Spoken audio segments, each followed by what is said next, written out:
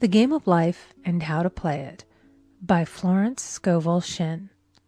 Chapter 1. The Game. Most people consider life a battle, but it is not a battle, it is a game. It is a game, however, which cannot be played successfully without the knowledge of spiritual law. And the Old and the New Testaments give the rules of the game with wonderful clearness.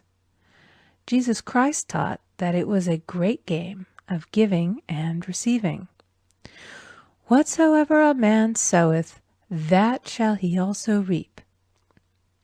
This means that whatever man sends out in word or deed will return to him. What he gives, he will receive. If he gives hate, he will receive hate. If he gives love, he will receive love. If he gives criticism, he will receive criticism. If he lies, he will be lied to. If he cheats, he will be cheated. We are taught also that the imaging faculty plays a leading part in the game of life. Keep thy heart, or imagination, with all diligence, for out of it are the issues of life. Proverbs 4:23. This means that what man images sooner or later externalizes in his affairs. I know of a man who feared a certain disease. It was a very rare disease and difficult to get, but he pictured it continually and read about it until it manifested in his body, and he died, the victim of distorted imagination. So we see, to play successfully the game of life, we must train the imaging faculty. A person with an imaging faculty trained to image only good brings into his life every righteous desire of his heart. Health, wealth, love, friends, perfect self-expression, his highest ideals. The imagination has been called the scissors of the mind, and it is ever cutting, day by day, the pictures man sees there, and sooner or later he meets his own creations in his outer world. To train the imagination successfully, man must understand the workings of his mind. The Greeks said, "Know thyself." There are three departments of the mind: the subconscious, conscious, and superconscious. The subconscious is simply power without direction. It is like steam or electricity, and it does what it is directed to. It has no power of induction. Whatever man feels deeply or images clearly is impressed upon the subconscious mind and carried out in minutest detail. For example, a woman I know, when a child, always made believe she was a widow. She dressed up in black clothes and wore a long black veil, and people thought she was very clever and amusing. She grew up and married a man with whom she was deeply in love. In a short time he died, and she wore black and a sweeping veil for many years. The picture of herself as a widow was so impressed upon the subconscious mind, and in due time worked itself out regardless of the havoc created. The conscious mind has been called mortal or carnal mind. It is the human mind and sees life as it appears to be.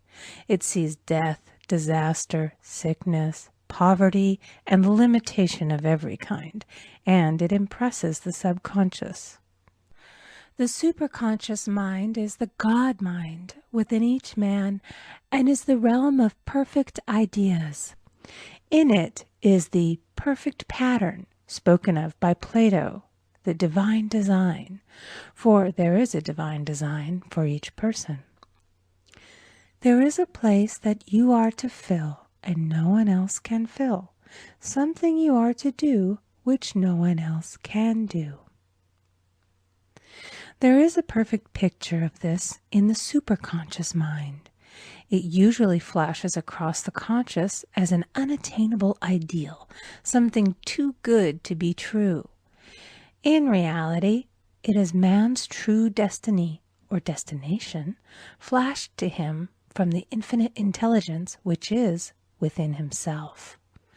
Many people, however, are in ignorance of their true destinies and are striving for things and situations which do not belong to them and would only bring failure and dissatisfaction if attained. For example, a woman came to me and asked me to speak the word that she would marry a certain man with whom she was very much in love. She called him A.B. I replied that this would be a violation of spiritual law, but that I would speak the word for the right man, the divine selection, the man who belonged to her by divine right. I added, if A.B. is the right man, you can't lose him, and if he isn't, you will receive his equivalent. She saw A.B. frequently, but no headway was made in their friendship. One evening she called and said, "Do you know, for the last week, A.B. hasn't seemed so wonderful to me." I replied, "Maybe he is not the divine selection. Another man may be the right one." Soon after that, she met another man who fell in love with her at once and who said she was his ideal. In fact, he said all the things that she had always wished A.B. would say to her. She remarked, it was quite uncanny. She soon returned to his love and lost all interest in A.B. This shows the law of substitution. A right idea was substituted for a wrong one. Therefore, there was no loss or sacrifice involved. Jesus Christ said, "Seek ye first the kingdom of God and his righteousness, and all these things shall be added unto you." And he said the kingdom was within man. The kingdom is the realm of right ideas, or the divine pattern. Jesus Christ taught that man's words played a leading part in the game of life. By your words ye are justified, and by your words ye are condemned. Many people have brought disaster into their lives through idle words. For example, a woman once asked me why her life was now one of poverty, of limitation. Formerly she had a home, was surrounded by beautiful things, and had plenty of money. We found she had often tired of the management of her home and had said repeatedly, "I'm sick and tired of things. I wish I lived in a trunk." And she added, "Today I am living in that trunk." She had spoken herself into a trunk. The subconscious mind has no sense of humor, and people often joke themselves into unhappy experiences. For example, a woman who had a great deal of money joked continually about getting ready for the poorhouse. In a few years she was almost destitute, having impressed the subconscious mind with a picture of lack and limitation. Fortunately, the law works both ways, and a situation of lack may be changed to one of plenty. For example, a woman came to me one hot summer's day for a treatment for prosperity. She was worn out, dejected, and discouraged. She said she possessed just $8 in the world. I said, "Good, we'll bless the $8 and multiply them as Jesus Christ multiplied the loaves and the fishes." For he taught that every man had the power to bless and to multiply, to heal and to prosper.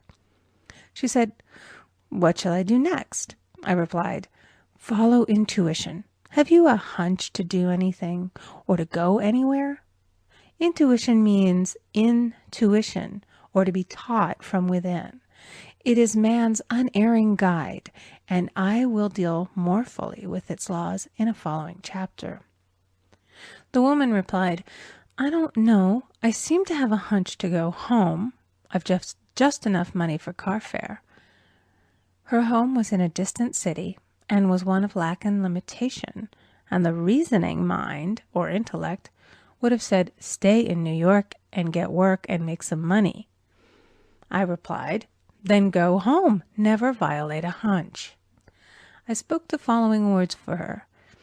"Infinite Spirit, open the way for great abundance for She is an irresistible magnet for all that belongs to her by divine right."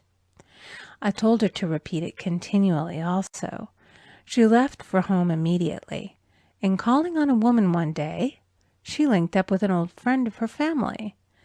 Through this friend, she received thousands of dollars in a most miraculous way. She has said to me often, "Tell people about the woman who came to you with $8 and a hunch."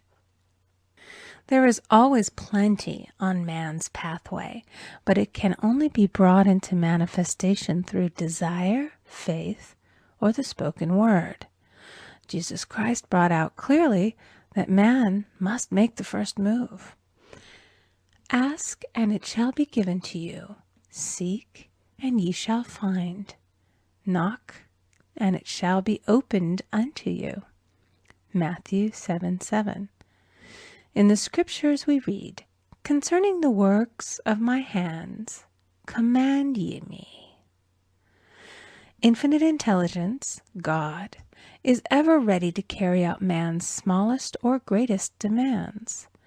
Every desire, uttered or unexpressed, is a demand. We are often startled by having a wish suddenly fulfilled. For example, one Easter, having seen many beautiful rose trees in the florist's windows, I wished I would receive one, and for an instant saw it mentally being carried in the door. Easter came, and with it a beautiful rose tree. I thanked my friend the following day and told her it was just what I had wanted. She replied, "I didn't send you a rose tree. I sent you lilies." The man had mixed the order and sent me a rose tree simply because I had started the law in action, and I had to have a rose tree. Nothing stands between man and his highest ideals and every desire of his heart but doubt and fear. When man can wish without worrying, every desire will be instantly fulfilled. I will explain more fully in a following chapter the scientific reason for this and how fear must be erased from the consciousness. It is man's only enemy. Fear of lack, fear of failure, fear of sickness, fear of loss, and a feeling of insecurity on some plane. Jesus Christ said, "Why are ye fearful, O ye of little faith?" Matthew 8:26. So we can see we must substitute faith for fear is only inverted faith. It is faith in evil instead of good.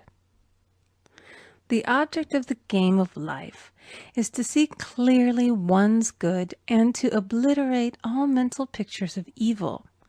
This must be done by impressing the subconscious mind with a realization of good. A very brilliant man who has attained great success told me he had suddenly erased all fear from his consciousness by reading a sign which hung in a room. He saw printed in large letters this statement: "Why worry? It will probably never happen." These words were stamped indelibly upon his subconscious mind, and he now has a firm conviction that only good can come into his life, and therefore only good can manifest. In the following chapter, I will deal with the different methods of impressing the subconscious mind. It is man's faithful servant, but one must be careful to give it the right orders. Man has ever a silent listener at his side, his subconscious mind. Every thought, every word is impressed upon it and carried out in amazing detail. It is like a singer making a record on the sensitive disc of the phonographic plate. Every note and tone of the singer's voice is registered. If he coughs or hesitates, it is registered also. So let us break all the old bad records in the subconscious mind, the records of our lives which we do not wish to keep, and make new and beautiful ones. Speak these words aloud with power and conviction. I now smash and demolish by my spoken word every untrue record in my subconscious mind. They shall return to the dust heap of their native nothingness, for they came from my own vain imaginings. I now make my perfect records through the Christ within, the records of health, wealth, love, and perfect self-expression. This is the square of life, the game completed. In the following chapters, I will show how man can change his conditions by changing his words. Any man who does not know the power of the word is behind the times. Death and life are in the power of the tongue. Proverbs 18:21. End of Chapter 1. Recording by Amy Conger.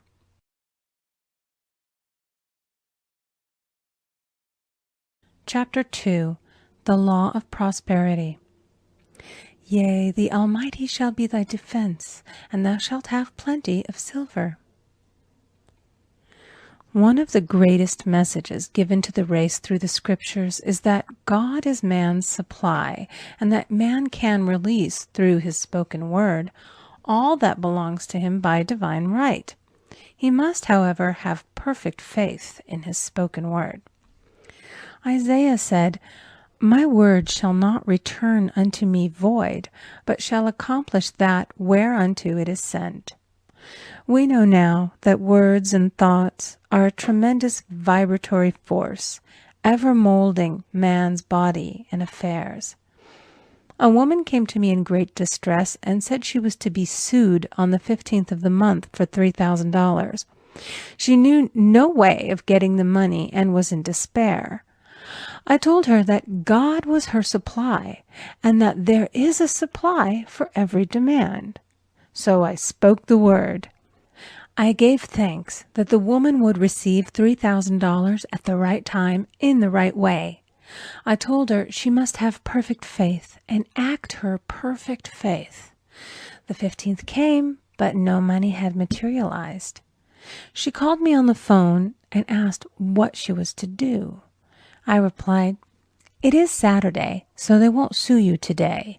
Your part is to act rich, thereby showing perfect faith that you will receive it by Monday.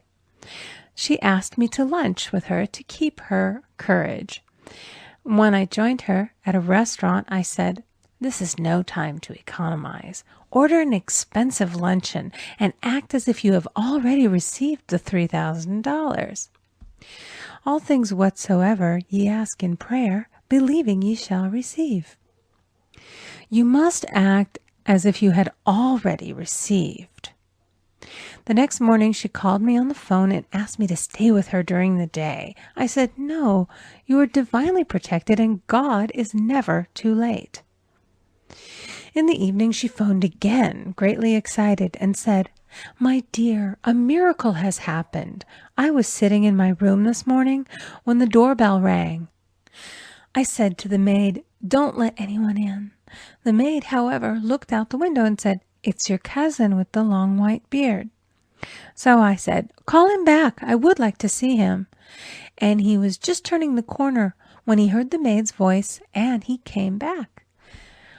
He talked for about an hour, and just as he was leaving, he said, Oh, by the way, how are finances? I told him I needed the money, and he said, Why, my dear, I will give you $3,000 the first of the month. I didn't like to tell him that I was going to be sued. What shall I do? I won't receive it till the first of the month, and I must have it tomorrow. I said, I'll keep on treating. I said, Spirit is never too late. I give thanks that she has received the money on the invisible plane and that it manifests on time.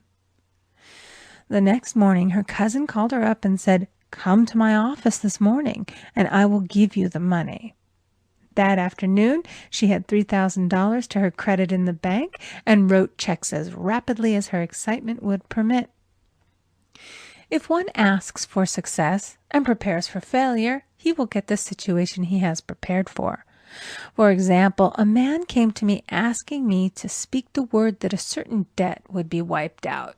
I found he spent his time planning what he would say to the man when he did not pay his bill, therefore neutralizing my words. He should have seen himself paying the debt. We have a wonderful illustration of this in the Bible, relating to the 3 kings who were in the desert, without water for their men and horses. They consulted the prophet Elisha, who gave them this astonishing message. Thus saith the Lord, Ye shall not see wind, neither shall ye see rain, yet make this valley full of ditches. Man must prepare for the thing he has asked for when there isn't the slightest sign of it in sight.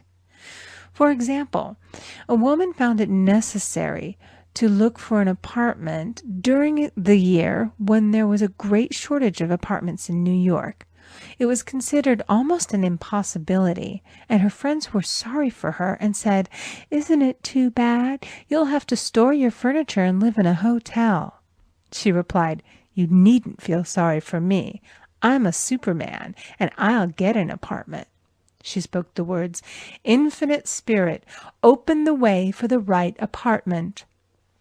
She knew there was a supply for every demand, and that she was unconditioned, working on the spiritual plane, and that one with God is a majority.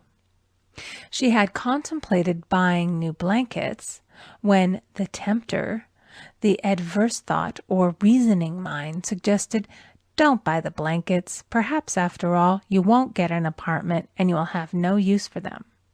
Promptly she replied to herself, "I'll dig my ditches by buying the blankets." So she prepared for the apartment, acted as though she already had it. She found one in a miraculous way, and it was given to her although there were over 200 other applicants. The blankets showed active faith. It is needless to say that the ditches dug by the 3 kings in the desert were filled to overflowing. Read 2 Kings. Getting into the spiritual swing of things is no easy matter for the average person. The adverse thoughts of doubt and fear surge from the subconscious. They are the army of the aliens, which must be put to flight. This explains why it is so often darkest before the dawn. A big demonstration is usually preceded by tormenting thoughts. Having made a statement of high spiritual truth, one challenges the old beliefs in the subconscious, and error is exposed to be put out. This is the time when one must make his affirmations of truth repeatedly, and rejoice and give thanks that he has already received. "Before ye call, I shall answer." This means that every good and perfect gift is already man's, awaiting his recognition. Man can only receive what he sees himself receiving. The children of Israel were told that they could have all the land they could see. This is true of every man. He has only the land within his own mental vision. Every great work, every big accomplishment has been brought into manifestation through holding to the vision, and often just before the big achievement comes apparent failure and discouragement. The children of Israel, when they reached the promised land, were afraid to go in, for they said it was filled with giants who made them feel like grasshoppers. And there we saw the giants, and we were in our own sight as grasshoppers. This is almost every man's experience. However, the one who knows spiritual law is undisturbed by appearance and rejoices while he is yet in captivity. That is, he holds to his vision and gives thanks that the end is accomplished. He has received. Jesus Christ gave a wonderful example of this. He said to his disciples, "Say not ye, there are yet 4 months, and then cometh the harvest? Behold, I say unto you, lift up your eyes, and look on the fields, for they are ripe already to harvest." His clear vision pierced the world of matter, and he saw clearly the fourth-dimensional world, things as they really are, perfect and complete in divine mind. So man must ever hold the vision of his journey's end and demand the manifestation of that which he has already received. It may be his perfect health, love, supply, self-expression, home, or friends. They are all finished and perfect ideas registered in divine mind, man's own superconscious mind, and must come through him, not to him. For example, a man came to me asking for treatments for success. It was his imperative that he raise, within a certain time, $50,000 for his business. The time limit was almost up when he came to see me in despair. No one wanted to invest in his enterprise, and the bank had flatly refused a loan. I replied, "I suppose you lost your temper while at the bank, therefore your power. You can control any situation if you first control yourself." "Go back to the bank," I added, "and I will treat." My treatment was, "You are identified in love with the spirit of everyone connected with the bank. Let the divine idea come out of this situation." He replied, "Woman, you are talking about an impossibility. Tomorrow is Saturday. The bank closes at 12, and my train won't get me there until 10, and the time limit is up tomorrow, and anyway they won't do it. It's too late." I replied, "God doesn't need any time and is never too late. With him, all things are possible." I added, "I don't know anything about business, but I know all about God." He replied, "It all sounds fine when I sit here listening to you, but when I go out, it's terrible." He lived in a distant city, and I did not hear from him for a week. Then came a letter. It read, "You were right. I raised the money, and I will never again doubt the truth of all that you have told me." I saw him a few weeks later, and I said, "What happened? You evidently had plenty of time after all." He replied, "My train was late, and I got there just 15 minutes to 12. I walked into the bank quietly, and I said, 'I have come for the loan,' and they gave it to me without a question." It was the last 15 minutes of the time allotted to him, and Infinite Spirit was not too late. In this instance, the man could never have demonstrated alone. He needed someone to help him hold the vision. This is what one man can do for another. Jesus Christ knew the truth of this when he said, "If two of you shall agree on earth as touching anything that they shall ask, it shall be done for them of my Father which is in heaven." One gets too close to his own affairs and becomes doubtful and fearful. The friend or healer sees clearly the success, health, or prosperity and never wavers because he is not close to the situation. It is much easier to demonstrate for someone else than for oneself, so a person should not hesitate to ask for help if he feels himself wavering. A keen observer of life once said, "No man can fail if some one person sees him successful." Such is the power of the vision, and many a great man has owed his success to a wife or a sister or a friend who believed in him and held without wavering to the perfect pattern. End of Chapter 2. Recording by Amy Conger.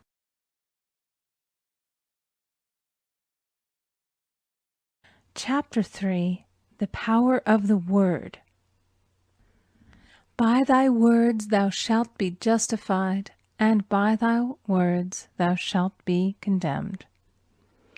A person knowing the power of the word becomes very careful of his conversation. He has only to watch the reaction of his words to know that they do not return void. Through his spoken word, man is continually making laws for himself. I knew a man who said, I always miss a car. It invariably pulls out just as I arrive. His daughter said, I always catch a car. It's sure to come just as I get there. This occurred for years. Each had made a separate law for himself, one of failure, one of success. This is the psychology of superstitions. The horseshoe or rabbit's foot contains no power, but man's spoken word and belief that it will bring him good luck creates expectancy in the subconscious mind and attracts a lucky situation. I find, however, this will not work when a man has advanced spiritually and knows a higher law. One cannot turn back, and one must put away graven images. For example, 2 men in my class had had great success in business for several months, when suddenly everything went to smash. We tried to analyze the situation, and I found, instead of making their affirmations and looking to God for success and prosperity, they had each bought a lucky monkey. And I said, "Oh, I see. You have been trusting in the lucky monkeys instead of God. Put away the lucky monkeys and call on the law of forgiveness, for man has power to forgive or neutralize his mistakes." They decided to throw the lucky monkeys down a coal hole, and all went well again. This does not mean, however, that one should throw away every lucky ornament or horseshoe about the house, but he must recognize that the power back of it is the one and only power, God, and that the object simply gives him a feeling of expectancy. I was with a friend one day who was in deep despair. In crossing the street, she picked up a horseshoe. Immediately, she was filled with joy and hope. She said God had sent her the horseshoe in order to keep up her courage. It was indeed, at that moment, about the only thing that could have registered in her consciousness. Her hope became faith, and she ultimately made a wonderful demonstration. I wish to make the point clear that the men previously mentioned that they were depending on the monkeys alone, while this woman recognized the power back of the horseshoe. I know in my own case it took a long while to get out of a belief that a certain thing brought disappointment. If the thing happened, disappointment invariably followed. I found the only way I could make a change in the subconscious was by asserting, there are not 2 powers, there is only one power, God. Therefore, there are no disappointments, and this means a happy surprise. I noticed a change at once, and happy surprises commenced coming my way.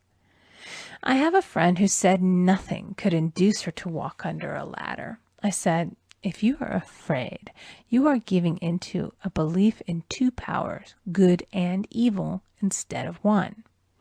As God is absolute, there can be no opposing power unless man makes the false of evil for himself. To show you believe in only one power, God, and that there is no power or reality in evil, walk under the next ladder you see. Soon after, she went to her bank. She wished to open her box in the safety deposit vault, and there stood a ladder on her pathway. It was impossible to reach the box without passing under the ladder. She quailed with fear and turned back. She could not face the lion on her pathway.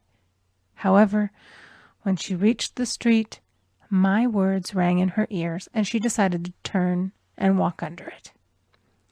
It was a big moment in her life, for ladders had held her in bondage for years. She retraced her steps to the vault, and the ladder was no longer there. This so often happens. If one is willing to do a thing that he is afraid to do, he does not have to. It is the law of non-resistance, which is so little understood. Someone has said that courage contains genius and magic. Face a situation fearlessly, and there is no situation to face. It falls away of its own weight. The explanation is that fear attracted the ladder on the woman's pathway, and fearlessness removed it. Thus, the invisible forces are ever working for the man who is always pulling the strings himself, though he does not know it. Owing to the vibratory power of words, whatever man voices, he begins to attract. People who continually speak of disease invariably attract it. After man knows the truth, he cannot be too careful of his words.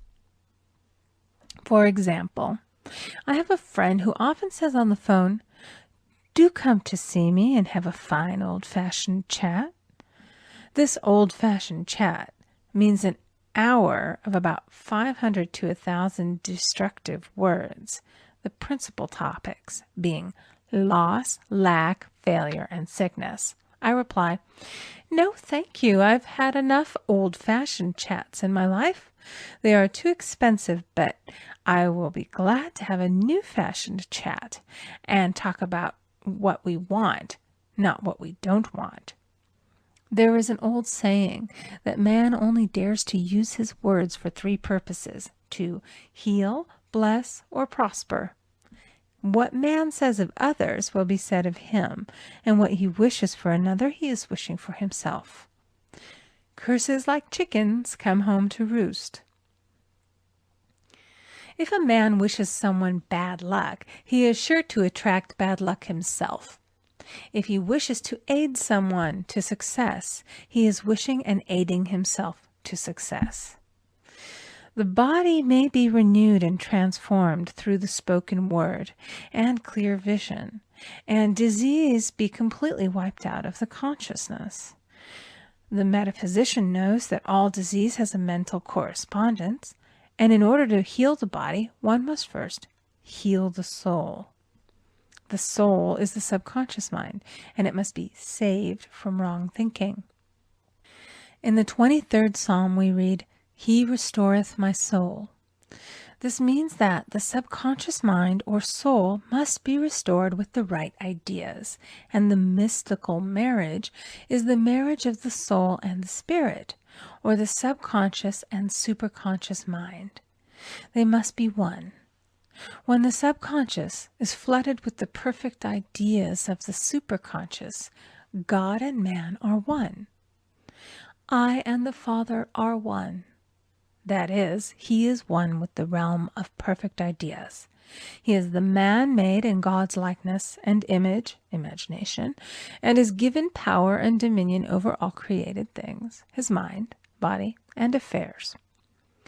It is safe to say that all sickness and unhappiness come from the violation of the law of love. A new commandment I give unto you, love one another.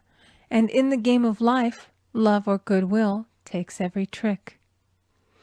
For example, a woman I know had for years an appearance of a terrible skin disease.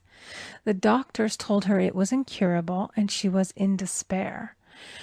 She was on the stage and she feared she would soon have to give up her profession, and she had no other means of support. She, however, procured a good engagement and on the opening night made a great hit. She received flattering notices from the critics and was joyful and elated. The next day she received a notice of dismissal. A man in the cast had been jealous of her success and had caused her to be sent away.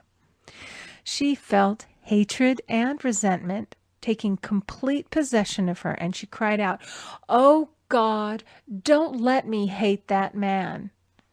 That night she worked for hours in the silence. She said, "I soon came into a very deep silence. I seemed to be at peace with myself, with the man, and with the whole world. I continued this for 2 following nights, and on the 3rd day I found I was healed completely of the skin disease." In asking for love or goodwill, she had fulfilled the law, for love is the fulfilling of the law, and the disease, which came from the subconscious resentment, was wiped out.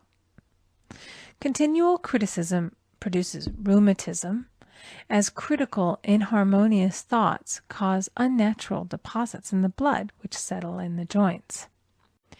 False growths are caused by jealousy, hatred, unforgiveness, fear, etc. Every disease is caused by a mind not at ease. I said once in my class, there is no use asking anyone, "What's the matter with you?" We might as well just say, "Who's the matter with you?" Unforgiveness is the most prolific cause of disease. It will harden arteries or liver and affect the eyesight. In its train are endless ills. I called on a woman one day who said she was ill from having eaten a poisoned oyster. I replied, "Oh no, the oyster was harmless. You poisoned the oyster. What's the matter with you?" She answered, "Oh, about 19 people." She had quarreled with 19 people and had become so inharmonious that she attracted the wrong oyster. Any inharmony on the external indicates there is mental inharmony. As the within, so the without. Man's only enemies are within himself, and a man's foes shall be they of his own household. Personality is one of the last enemies to be overcome, as this planet is taking its initiation in love. It was Christ's message, peace on earth, goodwill toward man. The enlightened man, therefore, endeavors to perfect himself upon his neighbor. His work is within himself, to send out goodwill and blessings to every man, and the marvelous thing is that if one blesses a man, he has no power to harm him. For example, a man came to me asking him to treat for success in business. He was selling machinery, and a rival appeared on the scene with what he proclaimed was a better machine, and my friend feared defeat. I said, "First of all, we must wipe out all fear, and know that God protects your interests, and that the divine idea must come out of the situation. That is, the right machine will be sold by the right man to the right man." And I added, "Don't hold one critical thought toward that man. Bless him all day and be willing not to sell your machine if it isn't the divine idea." So he went to the meeting, fearless and non-resistant, and blessing the other man. He said the outcome was very remarkable. The other man's machine refused to work, and he sold his without the slightest difficulty. But I say unto you, love your enemies, bless them that curse you, do good to them that hate you, and pray for them which spitefully use you and persecute you. Goodwill produces a great aura of protection about the one who sends it, and no weapon that is formed against him shall prosper. In other words, love and goodwill destroy the enemies within oneself. Therefore, one has no enemies on the external. There is peace on earth for him who sends goodwill to man. End of chapter 3. Recording by Amy Conger.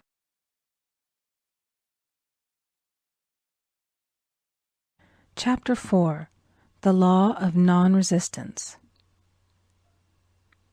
Resist not evil, be not overcome of evil, but overcome evil with good. Nothing on earth can resist an absolutely non-resistant person. The Chinese say that water is the most powerful element because it is perfectly non-resistant. It can wear away a rock and sleep away all before it. Jesus Christ said, "Resist not evil," for he knew in reality there is no evil, therefore nothing to resist. Evil has come of man's vain imagination, or a belief in two powers, good and evil.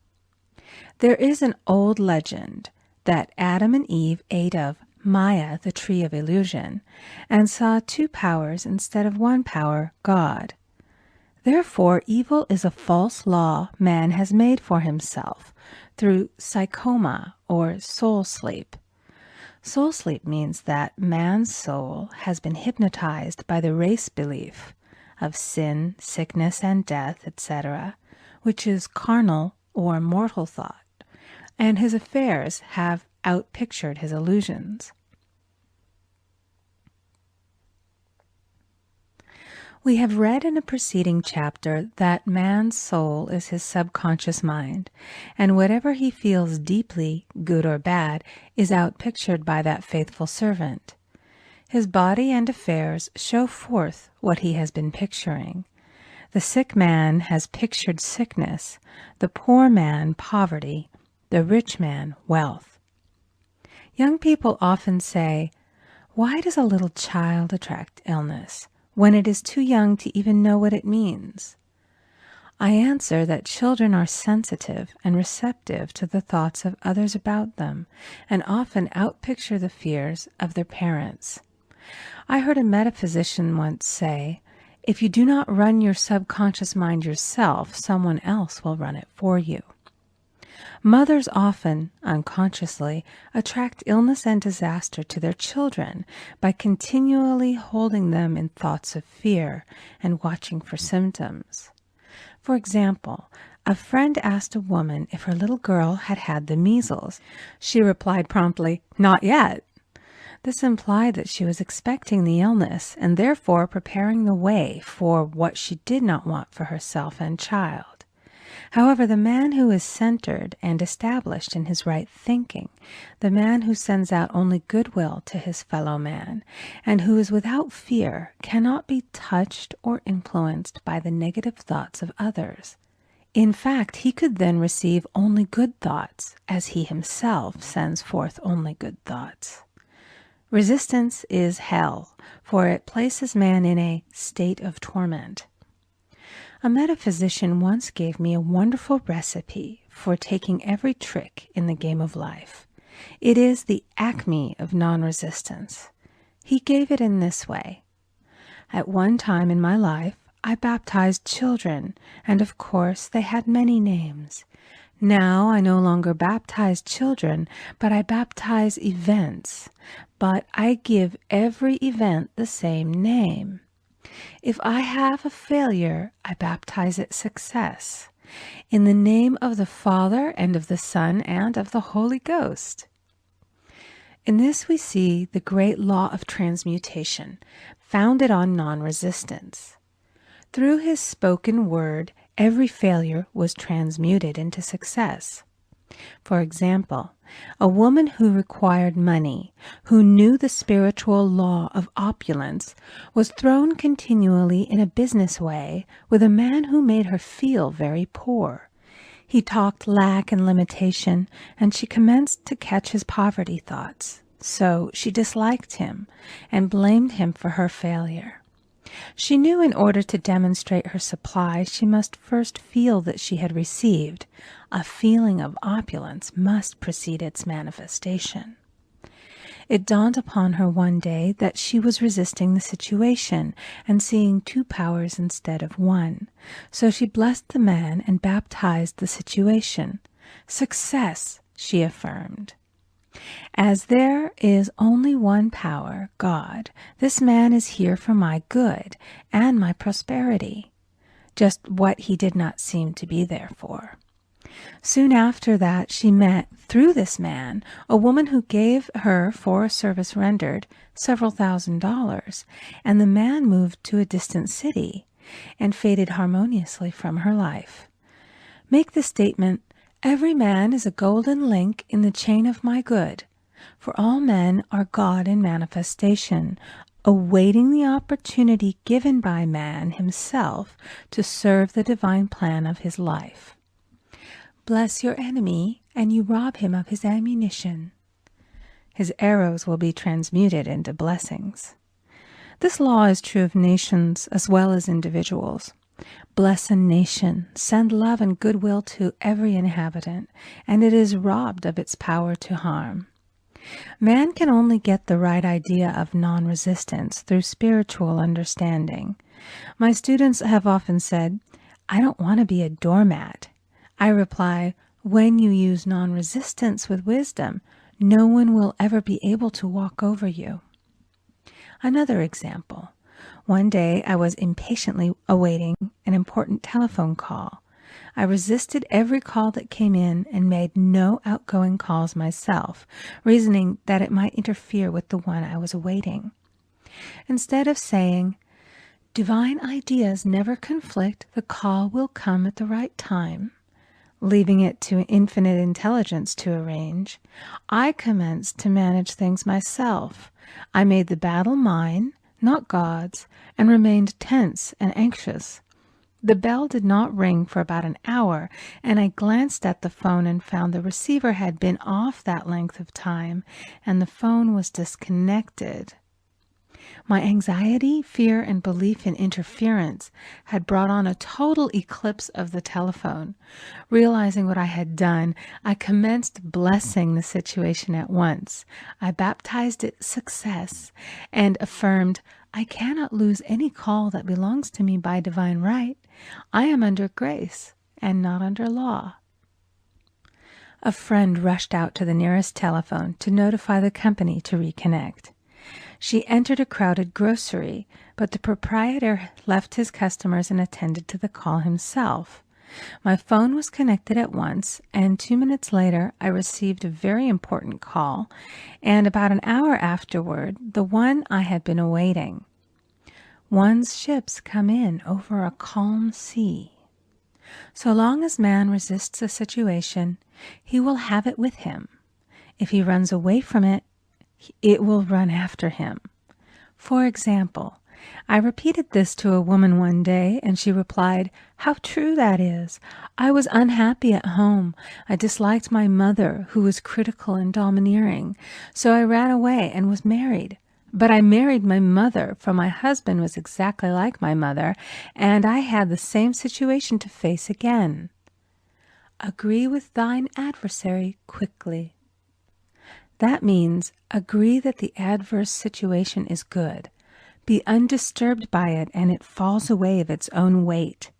None of these things move me is a wonderful affirmation.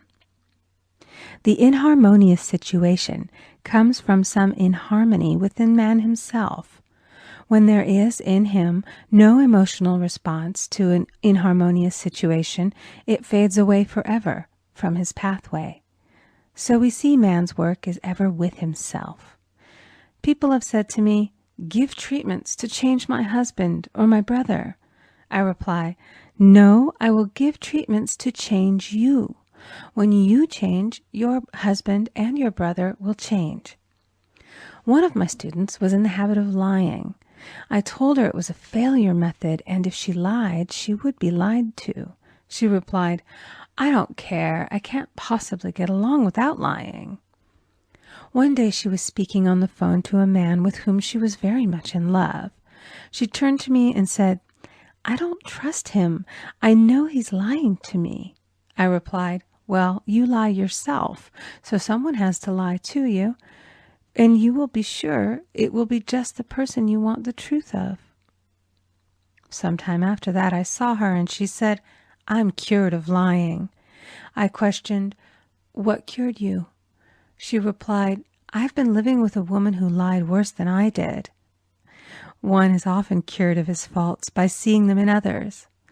Life is a mirror, and we find only ourselves reflected in our associates. Living in the past is a failure method and a violation of spiritual law.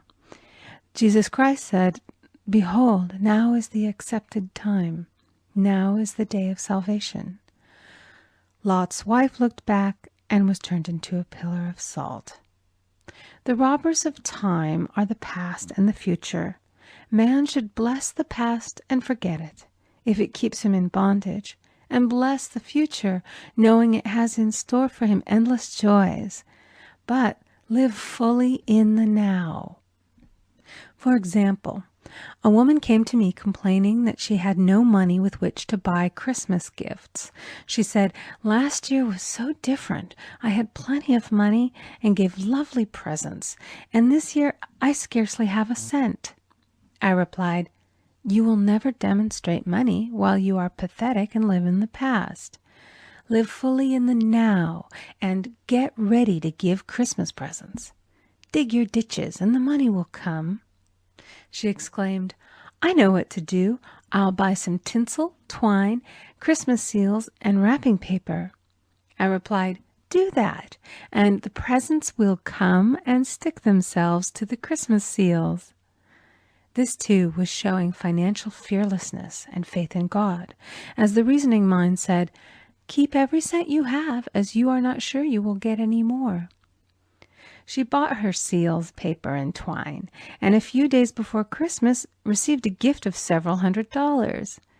Buying the seals and twine had impressed the subconscious with expectancy and opened the way for the manifestation of the money. She purchased all the presents in plenty of time. Man must live suspended in the moment. Look well, therefore, to this day. Such is the salutation of the dawn. He must be spiritually alert, ever waiting his leads, taking advantage of every opportunity. One day I said continually, silently, "Infinite Spirit, don't let me miss a trick." And something very important was told to me that evening. It is most necessary to begin the day with the right words. Make an affirmation immediately upon waking. For example, "Thy will be done this day. Today is a day of completion. I give thanks for this perfect day. Miracle shall follow miracle, and wonders shall never cease." Make this a habit, and one will see wonders and miracles come into his life. One morning I picked up a book and read, "Look with wonder at that which is before you." It seemed to be my message for the day, so I repeated it again and again. Look with wonder at that which is before you. At about noon, a large sum of money was given to me, which I had been desiring for a certain purpose. In the following chapter, I will give affirmations that I have found most effective. However, one should never use an affirmation unless it is absolutely satisfying and convincing to his own consciousness. And often an affirmative is changed to suit different people. For example, the following has brought success to many. I have a wonderful work in a wonderful way. I give wonderful service for wonderful pay. I gave the first 2 lines to one of my students, and she added the last 2. It made a most powerful statement, as there should always be perfect payment for perfect service, and a rhyme sinks easily into the subconscious. She went about singing it aloud, and soon did receive wonderful work in a wonderful way, and gave wonderful service for wonderful pay.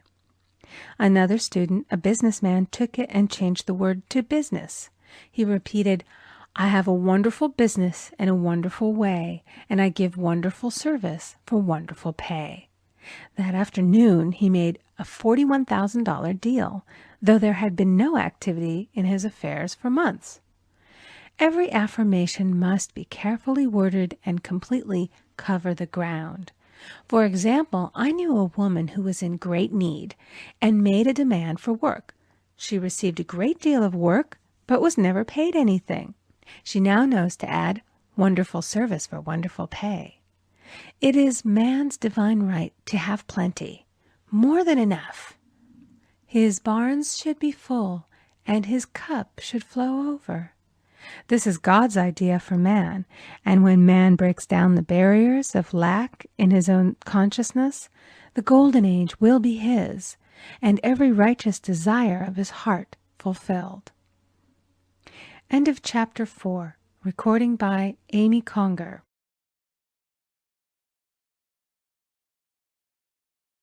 Chapter 5. The Law of Karma and the Law of Forgiveness. Man receives only that which he gives. The game of life is a game of boomerangs. Man's thoughts, deeds, and words return to him sooner or later with astounding accuracy. This is the law of karma, which is Sanskrit for comeback. Whatsoever a man soweth, that shall he also reap. For example, a friend told me this story of herself, illustrating the law. She said, "I make all my karma on my aunt. Whatever I say to her, someone says to me. I am often irritable at home, when one day said to my aunt, who was talking to me during dinner, 'No more talk, I wish to eat in peace.' The following day I was lunching with a woman with whom I wished to make a great impression. I was talking animatedly when she said, "No more talk. I wish to eat in peace." My friend is high in consciousness, so her karma returns much more quickly than to one on the mental plane. The more man knows, the more he is responsible for, and a person with a knowledge of spiritual law, which he does not practice, suffers greatly in consequence. The fear of the Lord, law, is the beginning of wisdom. If we read the word Lord, law, it will make many passages in the Bible much clearer. "Vengeance is mine, I will repay, saith the Lord," law. It is the law which takes vengeance, not God. God sees man perfect, created in his own image, imagination, and given power and dominion. This is the perfect idea of man, registered in divine mind, awaiting man's recognition. For man can only be what he sees himself to be, and only attain what he sees himself attaining. "Nothing ever happens without an onlooker," is an ancient saying. Man first sees his failure or success, his joy or sorrow, before it swings into visibility from the scenes set in his own imagination.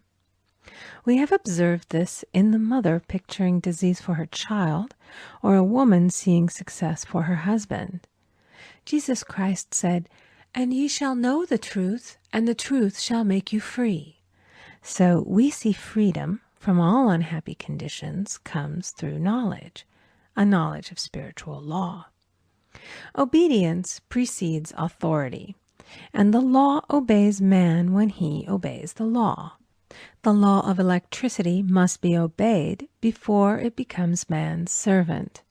When handled ignorantly, it becomes man's deadly foe. So with the laws of mind. For example, a woman with a strong personal will wished she owned a house which belonged to an acquaintance, and she often made mental pictures of herself living in the house. In the course of time, the man died, and she moved into the house. Several years afterwards, coming into the knowledge of spiritual law, she said to me, "Do you think I had anything to do with that man's death?" I replied, "Yes, your desire was so strong, everything made way for it. But you paid your karmic debt. Your husband, whom you loved devotedly, died soon after, and the house was a white elephant on your hands for many years." The original owner, however, could not have been affected by her thoughts had he been positive in the truth, nor her husband, but they were both under karmic law. The woman should have said, feeling the great desire for the house, "Infinite intelligence, give me the right house, equally as charming as this, the house which is mine by divine right." The divine selection would have given perfect satisfaction and brought good to all. The divine pattern is the only safe pattern to work by. Desire is a tremendous force and must be directed in the right channels, or chaos ensues.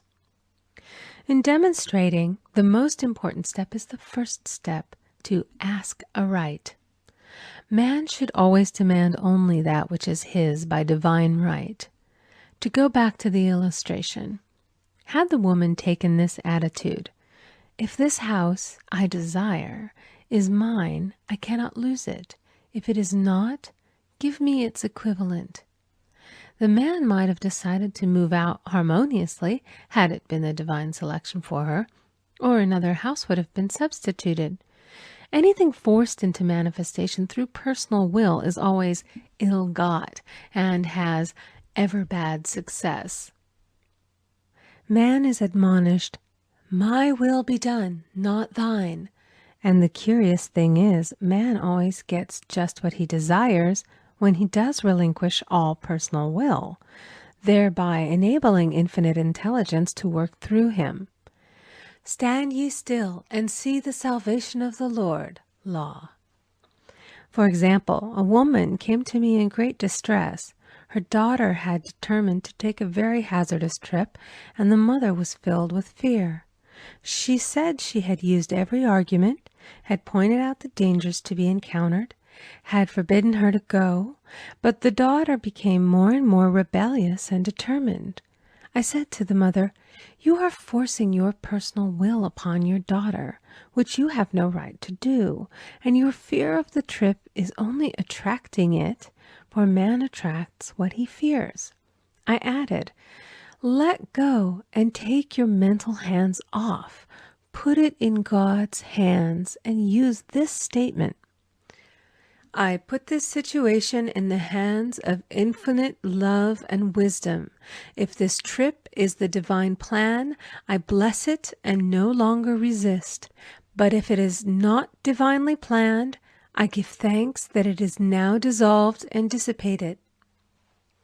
A day or two after that, her daughter said to her, "Mother, I have given up the trip," and the situation returned to its native nothingness. It is learning to stand still which seems so difficult for man. I will deal more fully with this law in the chapter on non-resistance. I will give another example of sowing and reaping, which came in the most curious way. A woman came to me saying she had received a counterfeit $20 bill given to her at the bank. She was much disturbed, for, she said, "The people at the bank will never acknowledge their mistake." I replied, "Let us analyze the situation and find out why you attracted it." She thought a few moments and exclaimed, "I know it. I sent a friend a lot of stage money just for a joke." So the law had sent her some stage money, for it doesn't know anything about jokes. I said, "Now we will call on the law of forgiveness and neutralize the situation." Christianity is founded upon the law of forgiveness. Christ has redeemed us from the curse of the karmic law, and the Christ within each man is his redeemer and salvation from all inharmonious conditions. So I said, "Infinite Spirit, we call on the law of forgiveness and give thanks that she is under grace and not under law, and cannot lose this $20, which is hers by divine right." Now, I said, go back to the bank and tell them, fearlessly, that it was given you there by mistake. She obeyed, and, to her surprise, they apologized and gave her another bill, treating her most courteously. So knowledge of the law gives man power to rub out his mistakes. Man cannot force the external to be what he is not. If he desires riches, he must be rich first in consciousness. For example, a woman came to me asking treatment for prosperity. She did not take much interest in her household affairs, and her home was in great disorder. I said to her, "If you wish to be rich, you must be orderly. All men with great wealth are orderly, and order is heaven's first law." I added, "You will never become rich with a burnt match in the pincushion." She had a good sense of humor and commenced immediately putting her house in order. She rearranged furniture, straightened out her bureau drawers, cleaned rugs, and soon made a big financial demonstration, a gift from a relative. The woman herself became made over and keeps herself keyed up financially by being ever watchful of the external and expecting prosperity, knowing God is her supply. Many people are in ignorance of the fact that gifts and things are investments, and that hoarding and saving invariably lead to loss. "There is that scattereth, and yet increaseth. There is that withholdeth more than is meet, but it tendeth to poverty." For example, I knew a man who wanted to buy a fur-lined overcoat.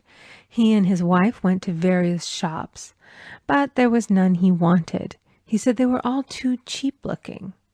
At last he was shown one the salesman said was valued at $1,000, but which the manager would sell him for $500, as it was late in the season. His financial possessions amounted to about $700. The reasoning mind would have said, "You can't afford to spend nearly all you have on a coat." but he was very intuitive and never reasoned. He turned to his wife and said, "If I get this coat, I'll make a ton of money." So his wife consented, weakly. About a month later, he received a $10,000 commission. The coat made him feel so rich, it linked him with success and prosperity. Without the coat, he would not have received the commission. It was an investment paying large dividends. If man ignores these leadings to spend or to give, the same amount of money will go in an uninteresting or unhappy way.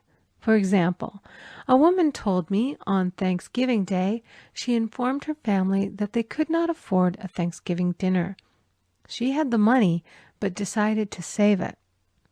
A few days later, someone entered her room and took from the bureau drawer the exact amount the dinner would have cost. The law always stands back of the man who spends fearlessly with wisdom. For example, one of my students was shopping with her little nephew. The child clamored for a toy, which she told him she could not afford to buy. She realized suddenly that she was seeking lack and not recognizing God as her supply. So she bought the toy and on her way home picked up in the street the exact amount of money she had paid for it. Man's supply is inexhaustible and unfailing when fully trusted, but faith or trust must precede the demonstration. According to your faith, be it unto you. Faith is the substance of things hoped for and the evidence of things not seen. For faith holds the vision steady, and the adverse pictures are dissolved and dissipated, and in due season we shall reap, if we faint not. Jesus Christ brought the good news, the gospel, that there was a higher law than the law of karma, and that law transcends the law of karma. It is the law of grace or forgiveness.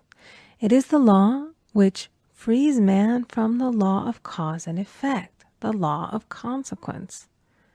Under grace, not under law. We are told that on this plane, man reaps where he has not sown. The gifts of God are simply poured out upon him. All that the kingdom affords is his. This continued state of bliss awaits the man who has overcome the race or world thought. In the world thought there is tribulation, but as Jesus Christ said, "Be of good cheer, I have overcome the world." The world thought is that of sin, sickness, and death. He saw their absolute unreality and said, "Sickness and sorrow shall pass away, and death itself, the last enemy, be overcome." We now know, from a scientific standpoint, that death could be overcome by stamping the subconscious mind with the conviction of eternal youth and eternal life. The subconscious, being simply power without direction, carries out orders without questioning. Working under the direction of the superconscious, the Christ or God within man, the resurrection of the body would be accomplished. Man would no longer throw off his body in death. It would be transformed into the body electric, sung by Walt Whitman, for Christianity is founded upon the forgiveness of sins and an empty tomb.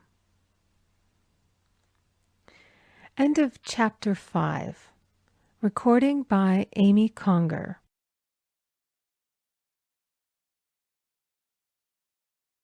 Chapter 6. Casting the burden, impressing the subconscious.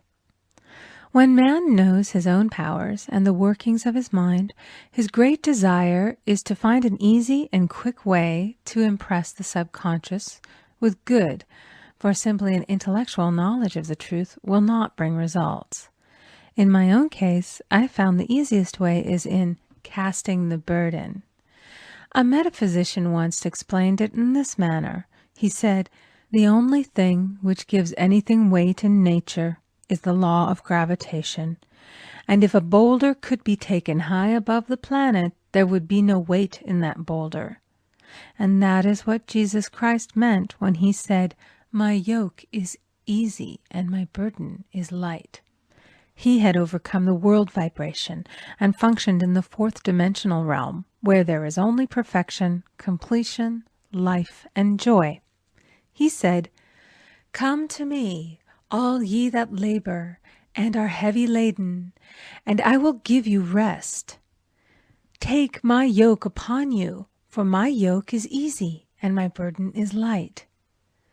We are also told in the 55th Psalm to cast thy burden upon the Lord. Many passages in the Bible state that the battle is God's, not man's, and states that the superconscious mind, or Christ within, is the department which fights man's battle and relieves him of his burdens. We see, therefore, that man violates law if he carries a burden, and a burden is an adverse thought or condition, and this thought or condition has its root in the subconscious. It seems almost impossible to make any headway directing the subconscious from the conscious or reasoning mind, as the reasoning mind, the intellect, is limited in its conceptions and filled with doubts and fears. How scientific is it, then, to cast the burden upon the superconscious mind, or Christ within, where it is made light or dissolved into its native nothingness? For example, a woman in urgent need of money may light upon the Christ within, the superconscious, with the statement, "I cast this burden of lack on the Christ within, and I go free to have plenty." The belief in lack was her burden, and as she cast it upon the superconscious with its belief of plenty, an avalanche of supply was the result. We read, "The Christ in you, the hope of glory." Another example. One of my students had been given a new piano, and there was no room in her studio for it until she had moved out the old one. She was in a state of perplexity. She wanted to keep the old piano, but knew of no place to send it. She became desperate, as the new piano was to be sent immediately. In fact, was on its way, with no place to put it. She said it came to her to repeat, "I cast this burden on the Christ within, and I go free." A few minutes later, her phone rang, and a woman friend asked if she might rent her old piano, and it was moved out a few minutes before the new one arrived. I knew a woman whose burden was resentment. She said, "I cast this burden of resentment on the Christ within, and I go free to be loving, harmonious, and happy." The almighty superconscious flooded the subconscious with love, and her whole life was changed. For years, resentment had held her in a state of torment and imprisoned her soul, the subconscious mind. The statement should be made over and over and over, sometimes for hours at a time, silently or audibly, with quietness but determination. I have often compared it to winding up a Victrola. We must wind ourselves up with spoken words. I have noticed in casting the burden, after a little while, one seems to see clearly. It is impossible to have clear vision while in the throes of carnal mind. Doubts and fear poison the mind and body, and imagination runs riot, attracting disaster and disease. In steadily repeating the affirmation, "I cast this burden on the Christ within and go free," the vision clears, and with it a feeling of relief, and sooner or later comes the manifestation of good, be it health, happiness, or supply. One of my students once asked me to explain the darkness before the dawn. I referred in a preceding chapter to the fact that often, before the big demonstration, everything seems to go wrong, and deep depression clouds the consciousness. It means that out of the subconscious are rising the doubts and fears of the ages. These old derelicts of the subconscious rise to the surface to be put out. It is then that man should clap his cymbals like Jehoshaphat and give thanks that he is saved, even though he seems surrounded by the enemy, the situation of lack or disease. The student continued, "How long must one remain in the dark?" And I replied, "Until one can see in the dark." And casting the burden enables one to see in the dark. In order to impress the subconscious, active faith is always essential. Faith without works is dead. In these chapters, I have endeavored to bring out this point.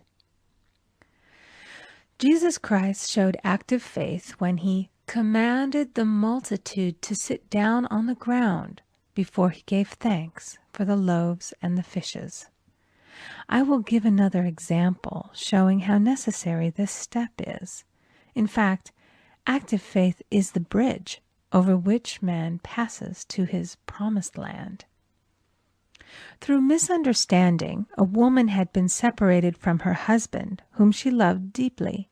He refused all offers of reconciliation and would not communicate with her in any way. Coming into the knowledge of spiritual law, she denied the appearance of separation. She made this statement: "There is no separation in divine mind. Therefore, I cannot be separated from the love and companionship which are mine by divine right." She showed active faith by arranging a place for him at the table every day, thereby impressing the subconscious with a picture of his return. Over a year passed, but she never wavered, and one day he walked in. The subconscious is often impressed through music. Music has a fourth-dimensional quality and releases the soul from imprisonment. It makes wonderful things seem possible and easy of accomplishment. I have a friend who uses her Victrola daily for this purpose. It puts her in perfect harmony and releases the imagination.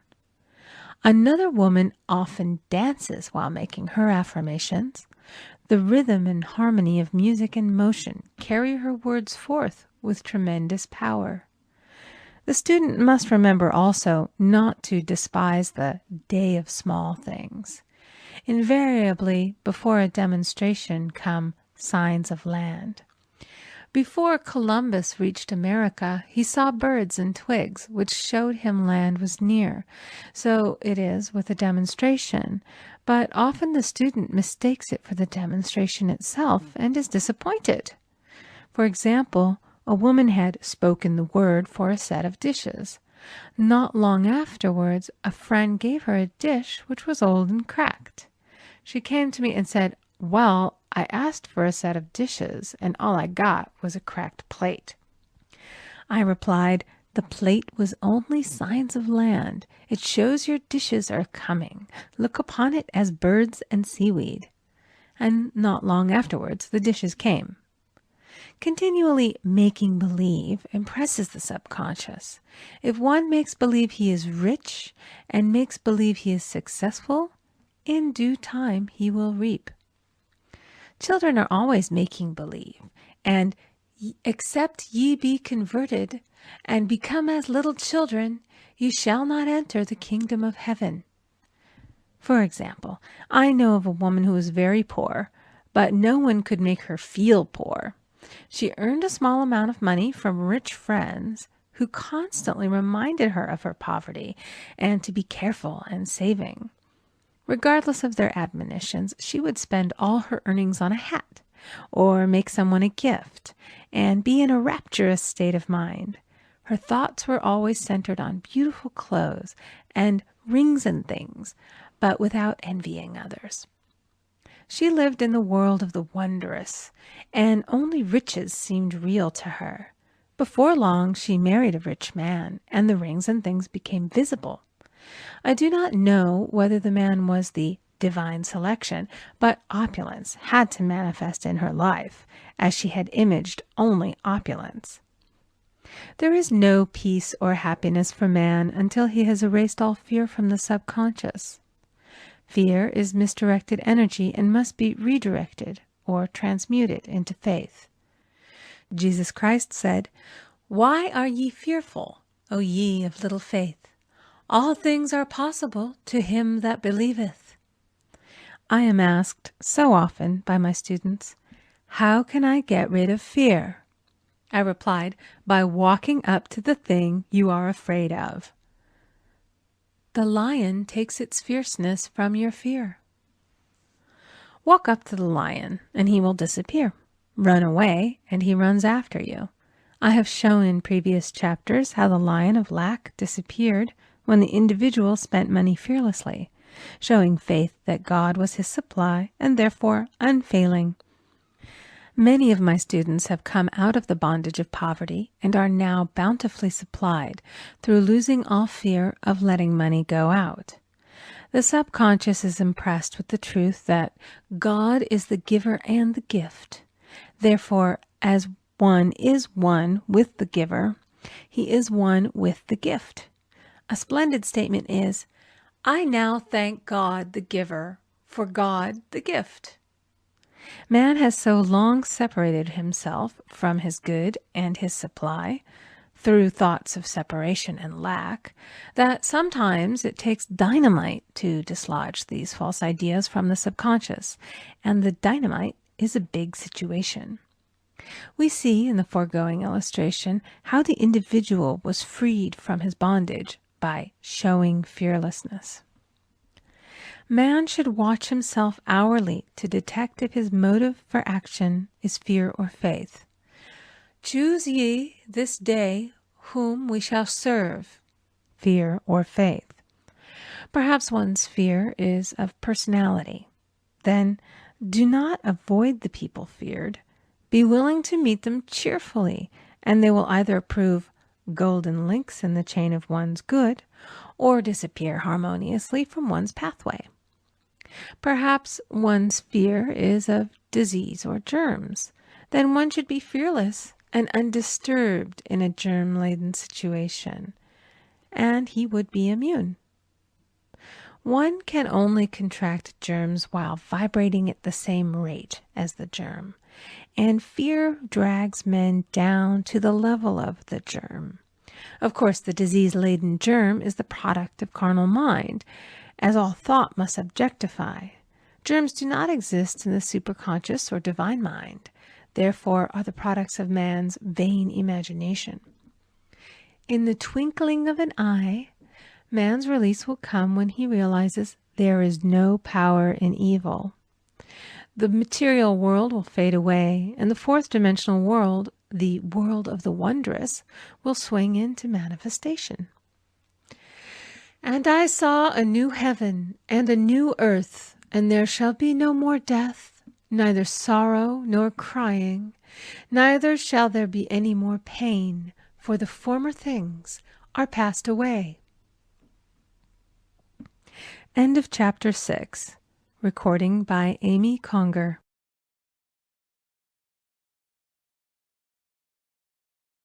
Chapter 7. Love. Every man on this planet is taking his initiation in love. A new commandment I give unto you, that ye love one another. Ouspensky states in Tertium Organum that love is a cosmic phenomenon and opens to man the fourth dimensional world, the world of the wondrous. Real love is selfish and free from fear. It pours itself out upon the object of its affection without demanding any return. Its joy is in the joy of giving. Love is God in manifestation and the strongest magnetic force in the universe. Pure, unselfish love draws to itself its own. It does not need to seek or demand. Scarcely anyone has the faintest conception of real love. Man is selfish, tyrannical, or fearful in his affections, thereby losing the things he loves. Jealousy is the worst enemy of love, for the imagination runs riot, seeing the loved one attracted to another, and invariably these fears objectify if they are not neutralized. For example, a woman came to me in deep distress, The man she loved had left her for another woman and said he never intended to marry her. She was torn with jealousy and resentment and said she hoped he would suffer as he had made her suffer, and added, "How could he leave me when I loved him so much?" I replied, "You are not loving that man, you are hating him," and added, "You can never receive what you have never given. Give a perfect love, and you will receive a perfect love. Perfect yourself on this man. Give him a perfect, unselfish love, demanding nothing in return. Do not criticize or condemn, and bless him wherever he is." She replied, "No, I won't bless him unless I know where he is." "Well," I said, "that is not real love. When you send out real love will return to you, either from this man or his equivalent, for if this man is not the divine selection, you will not want him. As you are one with God, you are one with the love which belongs to you by divine right." Several months passed, and matters remained about the same, but she was working conscientiously within herself. I said, "When you are no longer disturbed by his cruelty, he will cease to be cruel, as you are attracting it through your own emotions." Then I told her of a brotherhood in India who never said good morning to each other. They used these words, "I salute the divinity in you." They saluted the divinity in every man and in the wild animals in the jungle, and they were never harmed, for they saw only God in every living thing. I said, "Salute the divinity in this man and say, 'I see your divine self only. I see you as God sees you, perfect, made in his image and likeness.'" She found she was becoming more poised and gradually losing her resentment. He was a captain, and she always called him the Cap. One day she said suddenly, "God bless the Cap, wherever he is." I replied, "Now that is real love, and when you have become a complete circle and are no longer disturbed by the situation, you will have his love or attract its equivalent." I was moving at this time and did not have a telephone, so was out of touch with her for a few weeks, when one morning I received a letter saying, "We are married." At the earliest opportunity, I paid her a call. My first words were, "What happened?" "Oh," she exclaimed, "a miracle! One day I woke up and all suffering had ceased. I saw him that evening and he asked me to marry him. We were married in about a week, and I have never seen a more devoted man." There is an old saying, "No man is your enemy, no man is your friend. Every man is your teacher." So one should become impersonal and learn what each man has to teach him, and soon he would learn his lessons and be free. The woman's lover was teaching her selfish love, which every man sooner or later must learn. Suffering is not necessary for man's development. It is the result of violation of spiritual law, but few people seem able to rouse themselves from their soul sleep without it. When people are happy, they usually become selfish, and automatically the law of karma is set in action. Man often suffers loss through lack of appreciation. I knew a woman who had a very nice husband, but she said often, "I don't care anything about being married, but that is nothing against my husband. I'm simply not interested in married life." She had other interests and scarcely remembered she had a husband. She only thought of him when she saw him. One day her husband told her he was in love with another woman and left. She came to me in distress and resentment. I replied, "It is exactly what you spoke the word for. You said you didn't care anything about being married, so the subconscious worked to get you unmarried." She said, "Oh yes, I see. People get what they want and then feel very much hurt." She soon became in perfect harmony with the situation and knew they were both much happier apart. When a woman becomes indifferent or critical and ceases to be an inspiration to her husband, he misses the stimulus of their early relationship and is restless and unhappy. A man came to me dejected, miserable, and poor. His wife was interested in the science of numbers and had had him read. It seems the report was not very favorable, for he said, "My wife says I'll never amount to anything because I am a 2. I replied, "I don't care what your number is. You are a perfect idea in divine mind, and we will demand the success and prosperity which are already planned for you by that infinite intelligence." Within a few weeks, he had a very fine position, and a year or 2 later, he achieved a brilliant success as a writer. No man is a success in business unless he loves his work. The picture the artist paints for love of his art is his greatest work. The potboiler is always something to live down. No man can attract money if he despises it. Many people are kept in poverty by saying, "Money means nothing to me. I have a contempt for people who have it." This is the reason so many artists are poor. Their contempt for money separates them from it. I remember hearing one artist say of another, "He's no good as an artist, but he has money in the bank." This attitude of mind, of course, separates man from his supply.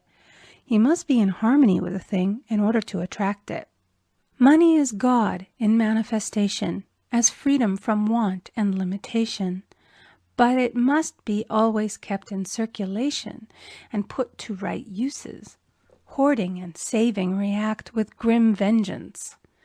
This does not mean that man should not have houses and lots, stocks and bonds, for "the barns of the righteous man shall be full." It means that man should not hoard even the principal if an occasion arises when money is necessary. In letting it go out fearlessly and cheerfully, he opens the way for more to come in, for God is man's unfailing and unexhaustible supply.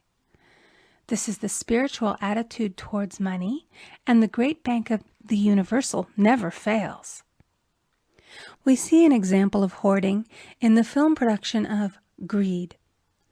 The woman won $5,000 in a lottery, but would not spend it.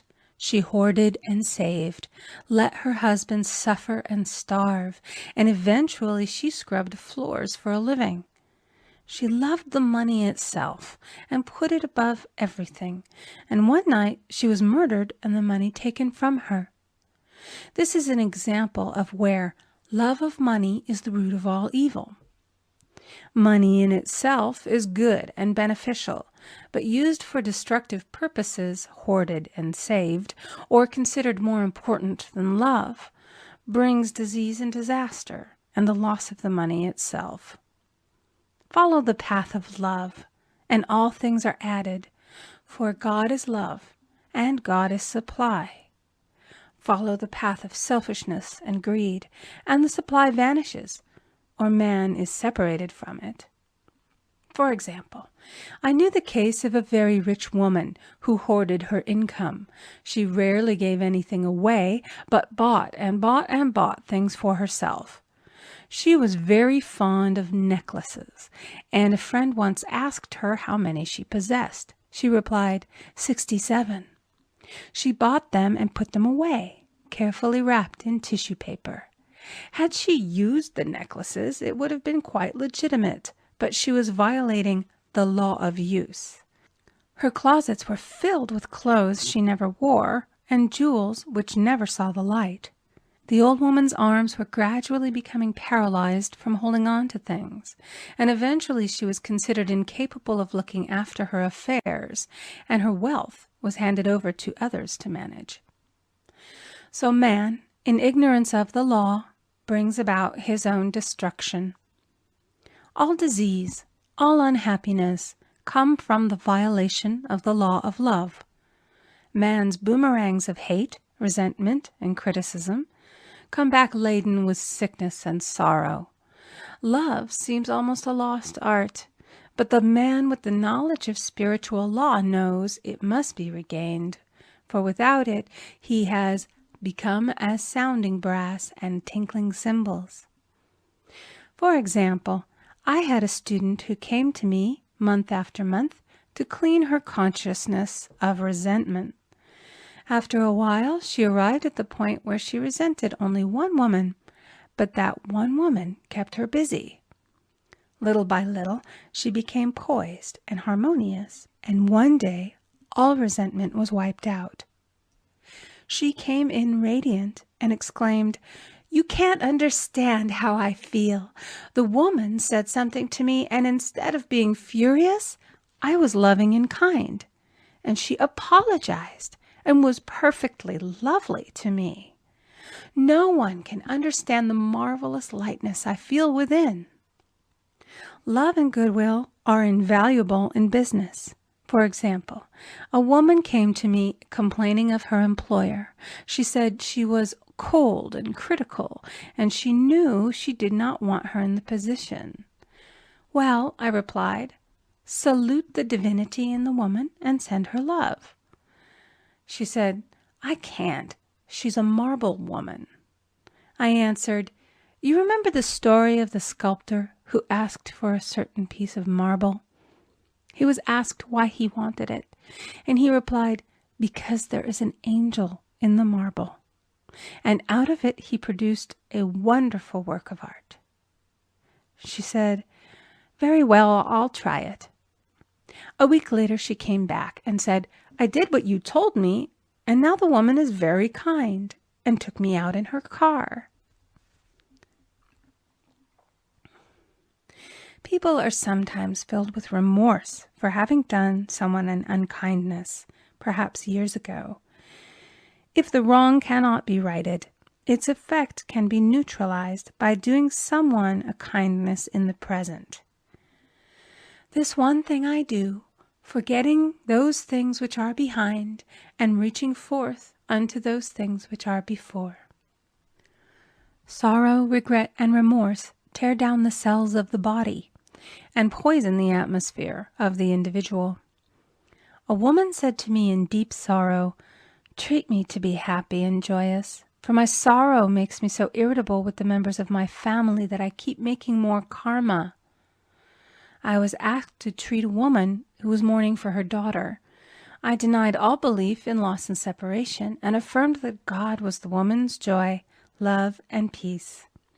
The woman gained her poise at once, but sent word by her son not to treat any longer because she was so happy it wasn't respectable.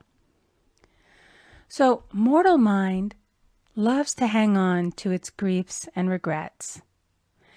I knew a woman who went about bragging of her troubles, so of course she always had something to brag about. The old idea was, if a woman did not worry about her children, she was not a good mother. Now we know that mother fear is responsible for many of the diseases and accidents which come into the lives of children. For fear pictures vividly the disease or situation feared, and these pictures objectify if not neutralized. Happy is the mother who can say sincerely that she puts her child in God's hands and therefore knows that he is divinely protected. For example, a woman awoke suddenly in the night, feeling her brother was in great danger.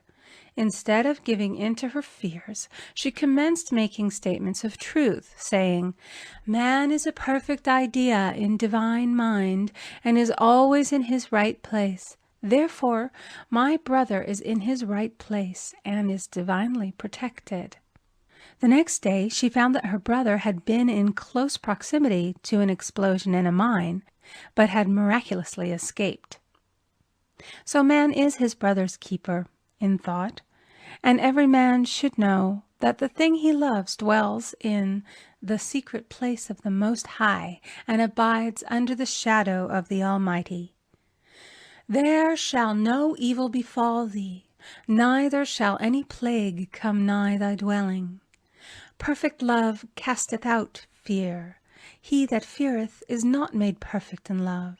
And love is the fulfilling of the law." End of chapter 7. Recording by Amy Conger.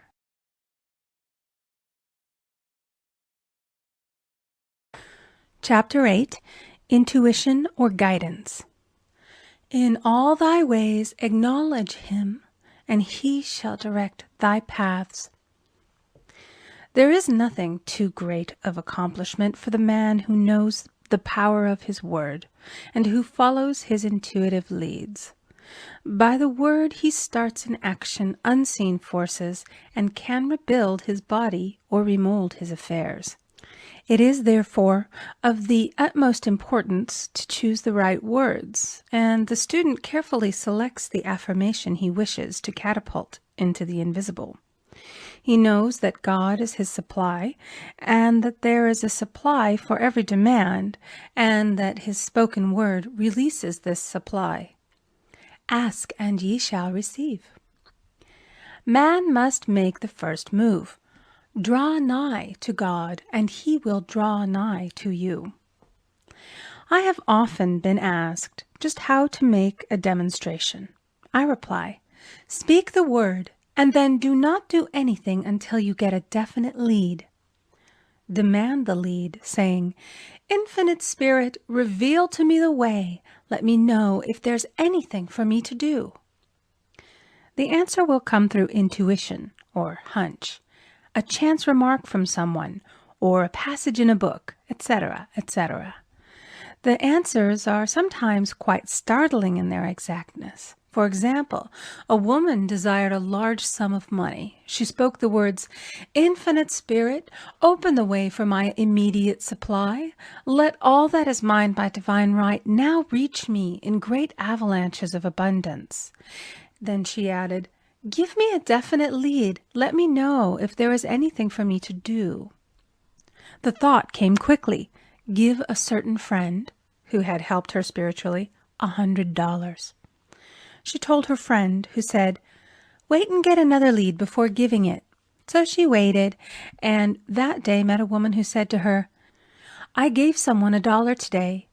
It was just as much for me as it would be for you to give someone 100.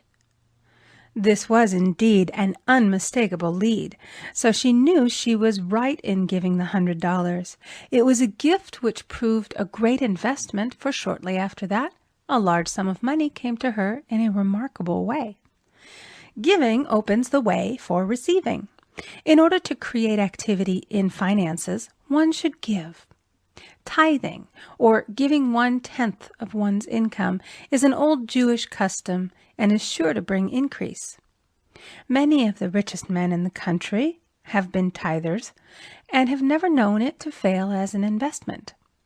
The 10th part goes forth and returns blessed and multiplied, but the gift or tithe must be given with love and cheerfulness, for God loveth a cheerful giver. Bills should be paid cheerfully. All money should be sent forth fearlessly and with a blessing. This attitude of mind makes man master of money. It is his to obey, and his spoken word then opens vast reservoirs of wealth. Man himself limits his supply by his limited vision. Sometimes the student has a great realization of wealth, but is afraid to act. The vision and action must go hand in hand, as in the case of the man who bought the fur-lined overcoat. A woman came to me asking me to speak the word for a position.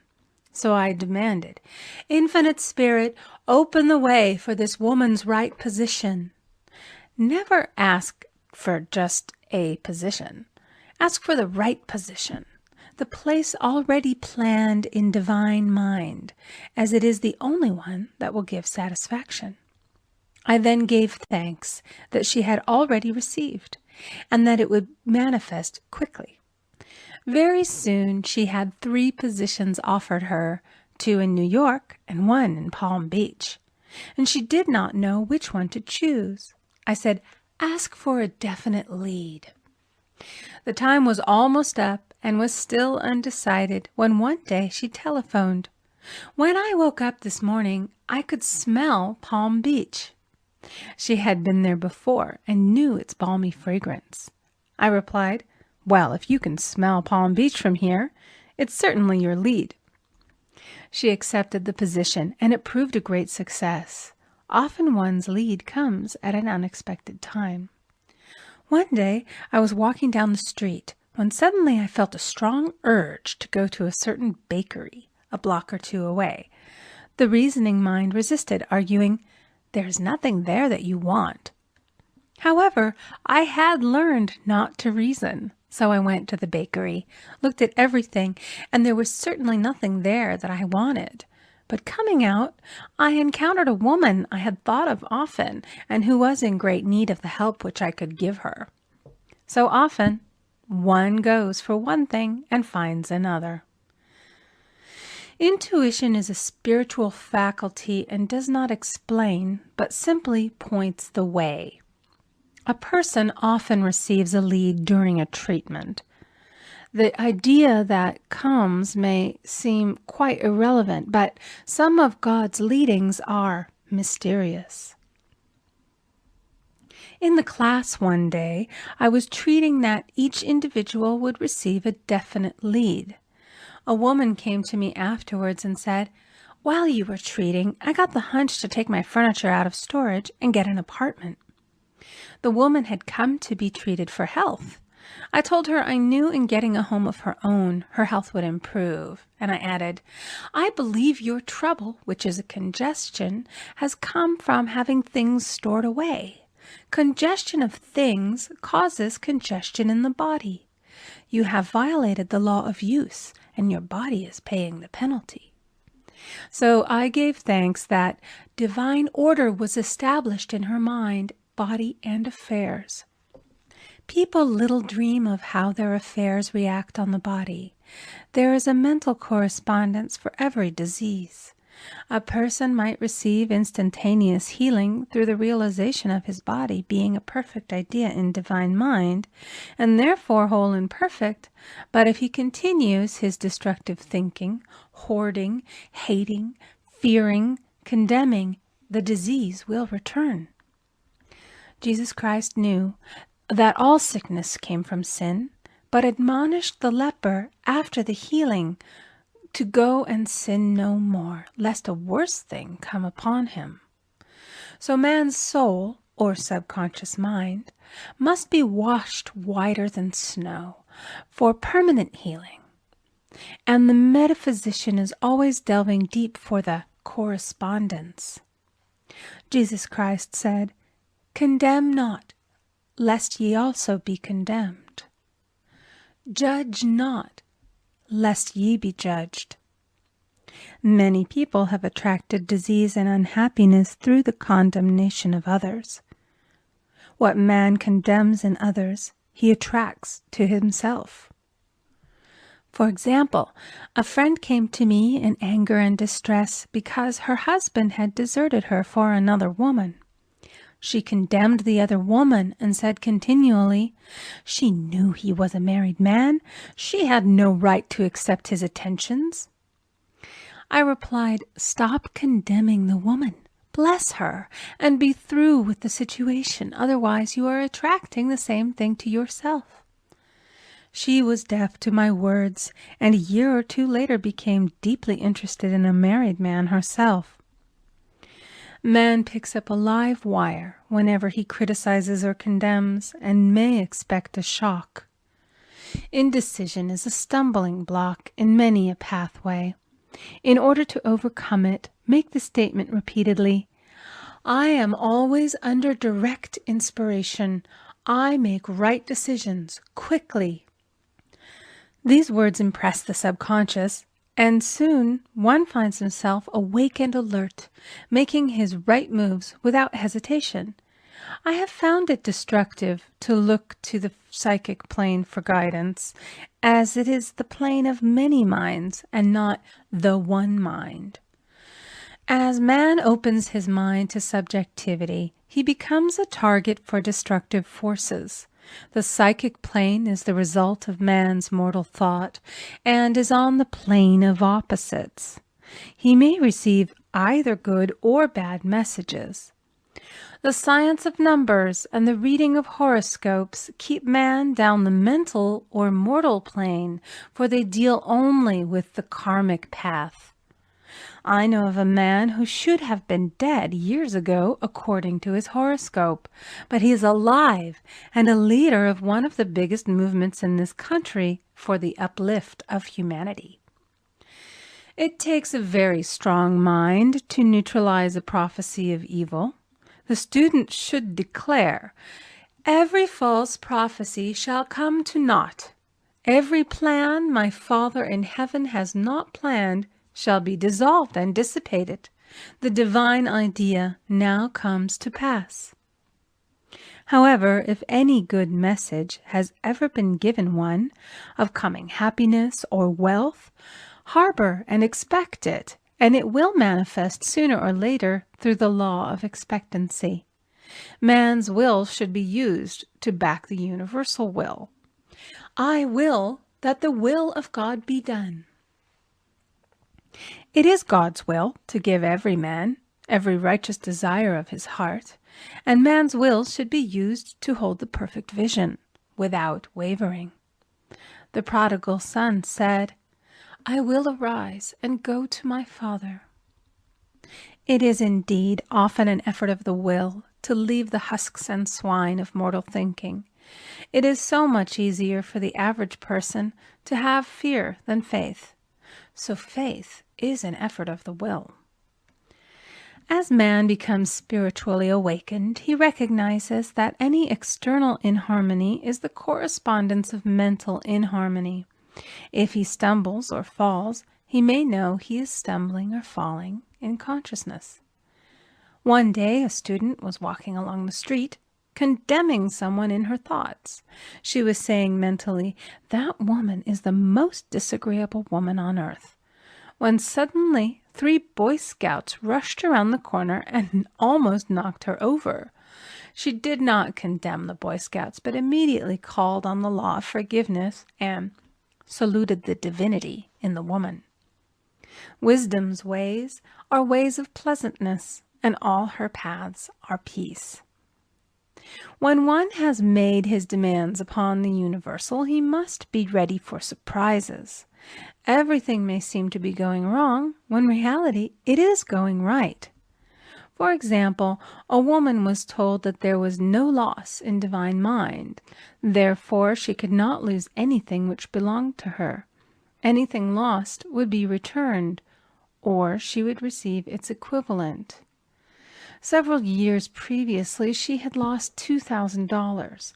She had loaned the money to a relative during her lifetime, but the relative had died, leaving no mention of it in her will. The woman was resentful and angry, and as she had no written statement of the transaction, she never received the money, so she determined to deny the loss and collect the $2,000 from the Bank of the Universal.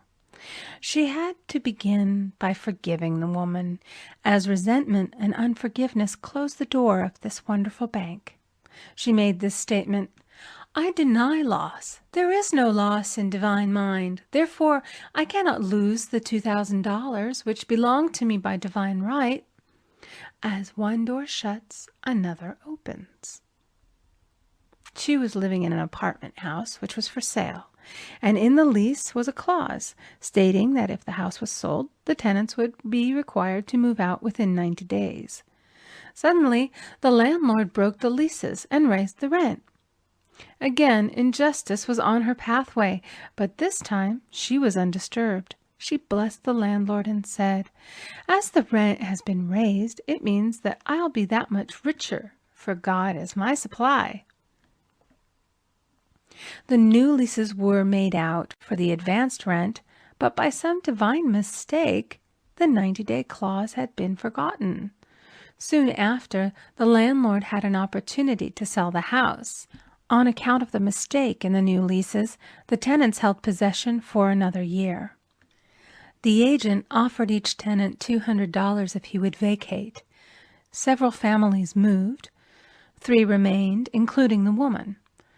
A month or 2 passed, and the agent again appeared. This time he said to the woman, "Will you break your lease for the sum of $1,500?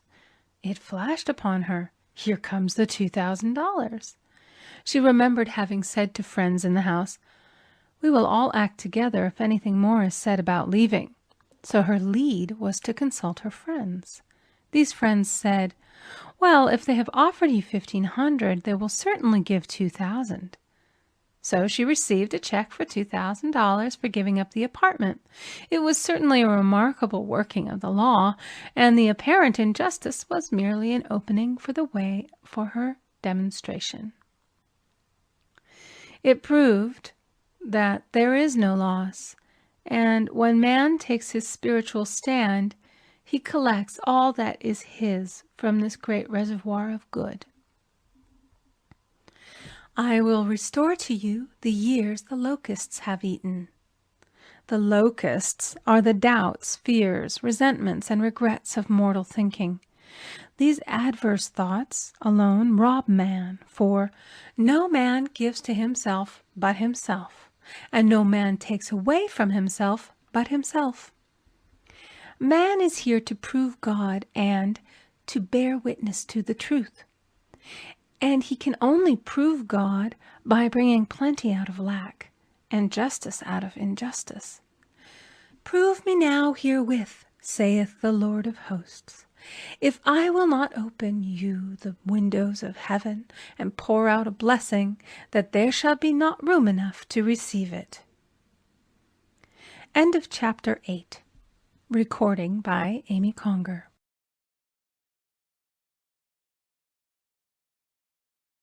Chapter 9, Perfect Self-Expression, or the Divine Design. No wind can drive my bark astray, nor change the tide of destiny. There is for each man perfect self-expression. There is a place which he is to fill, and no one else can fill, something which he is to do, which no one else can do. It is his destiny. This achievement is held, a perfect idea in divine mind, awaiting man's recognition. As the imaging faculty is the creative faculty, it is necessary for man to see the idea before it can manifest. So man's highest demand is for the divine design of his life.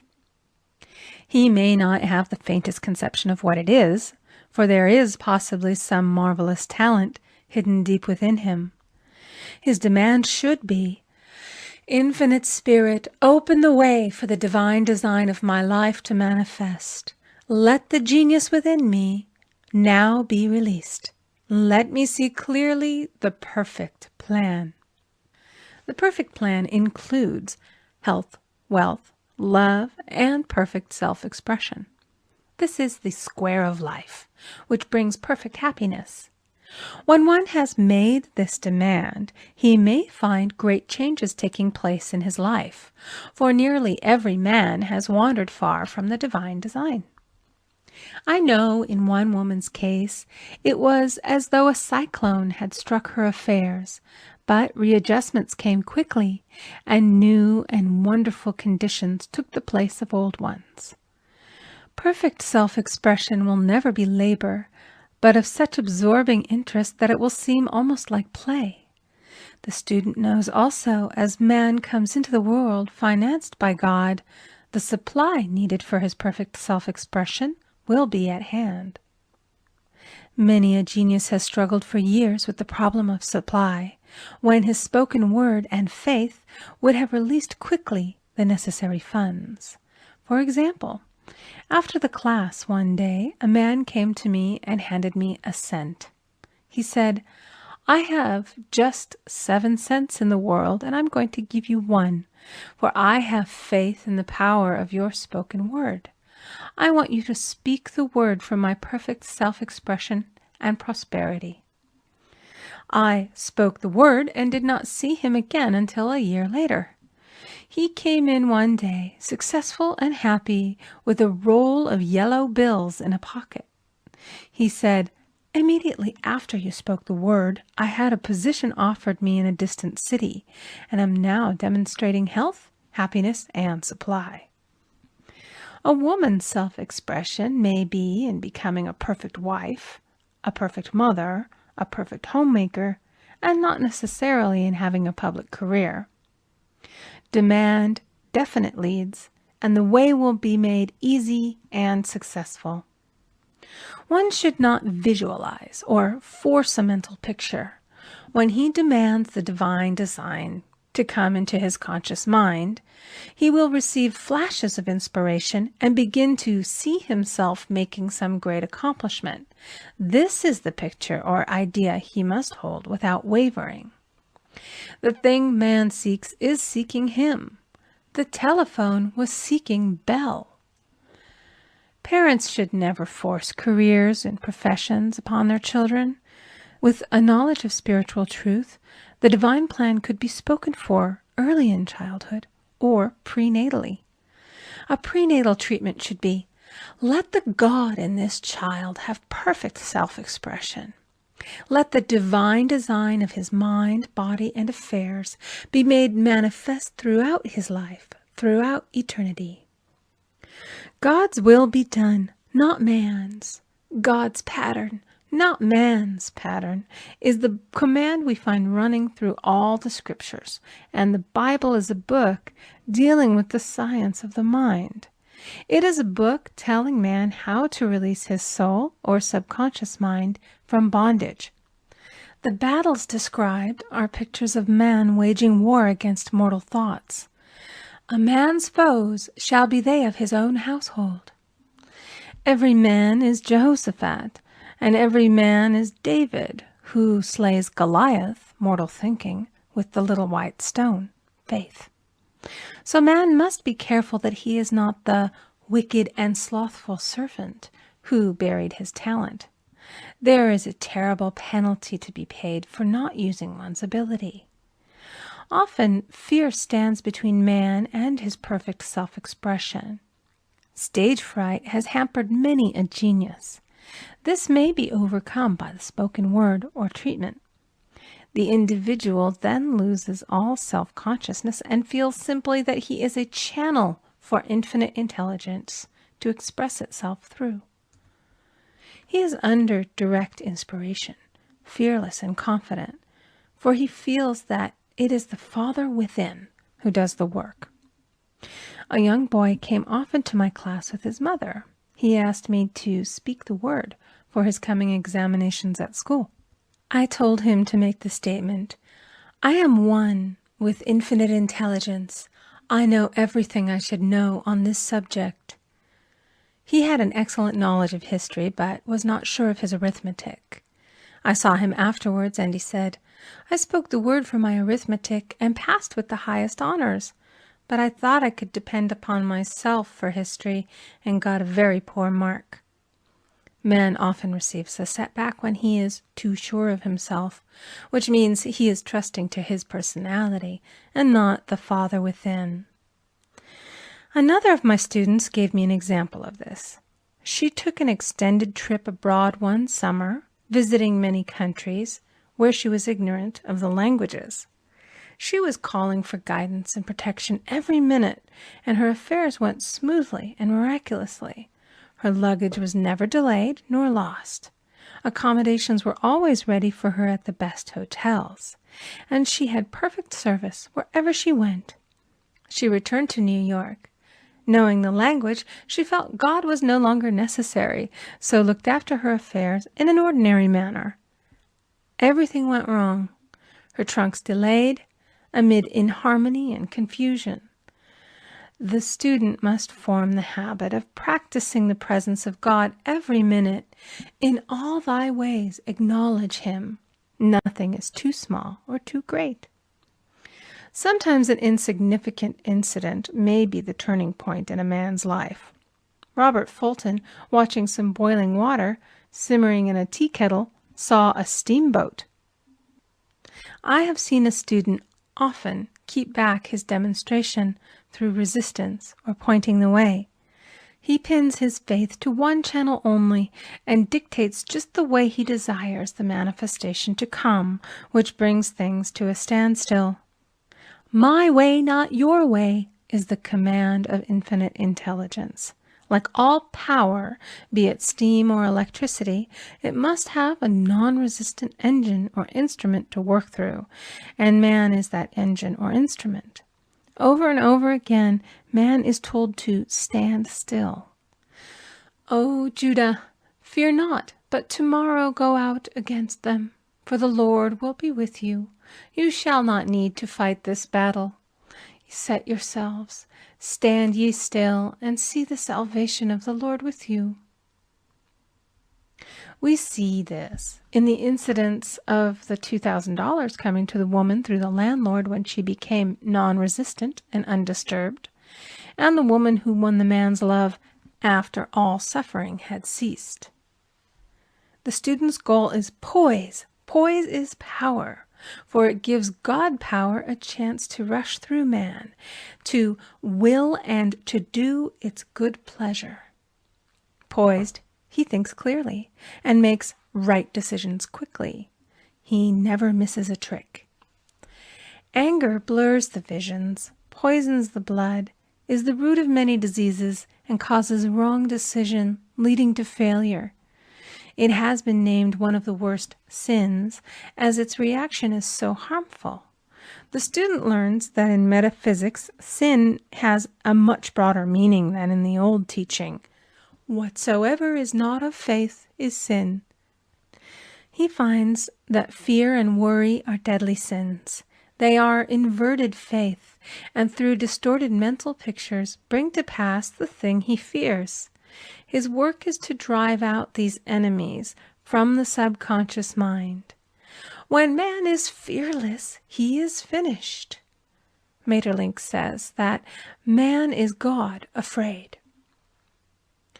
So as we read in the previous chapters, man can only vanquish fear by walking up to the thing he is afraid of. When Jehoshaphat and his army prepared to meet the enemy, singing, "Praise the Lord, for his mercy endureth forever," they found their enemies had destroyed each other, and there was nothing to fight. For example, a woman asked a friend to deliver a message to another friend. The woman feared to give the message, as the reasoning mind said, "Don't get mixed up in this affair. Don't give that message." She was troubled in spirit, for she had given her promise. At last she determined to walk up to the lion and call on the law of divine protection. She met the friend to whom she was to deliver the message. She opened her mouth to speak it when her friend said, "So-and-so has left town." This made it unnecessary to give the message, as the situation depended upon the person being in town. As she was willing to do it, she was not obliged to.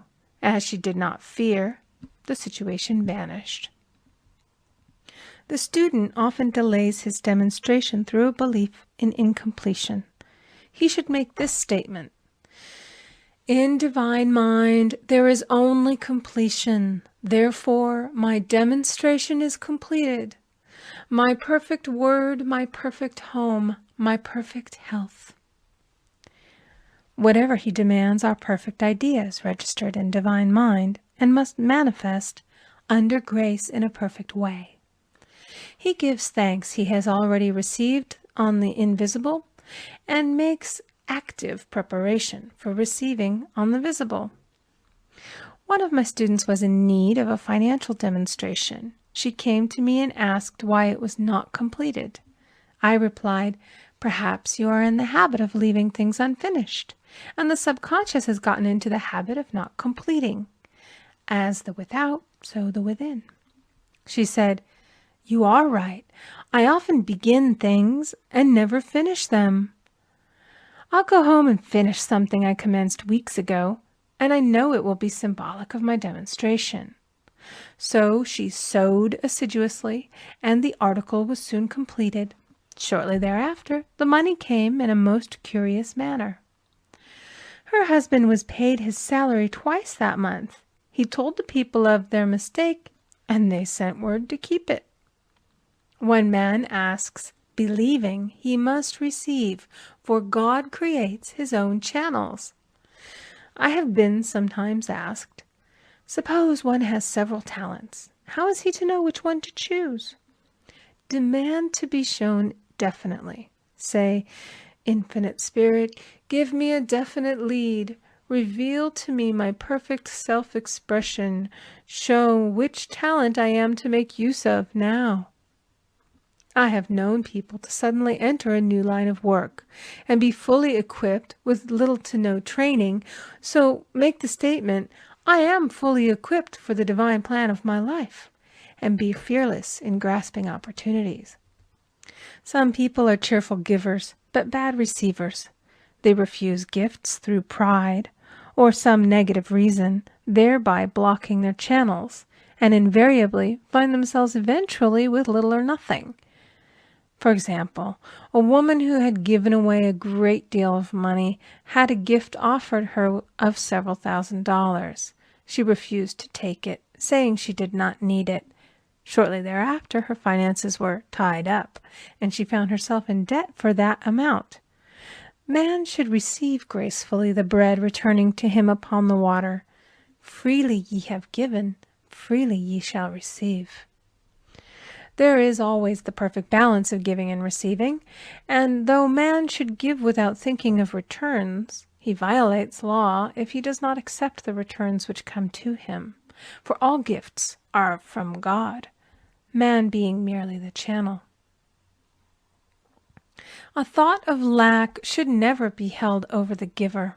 For example, when the man gave me 1 cent, I did not say, "Poor man, he cannot afford to give me that."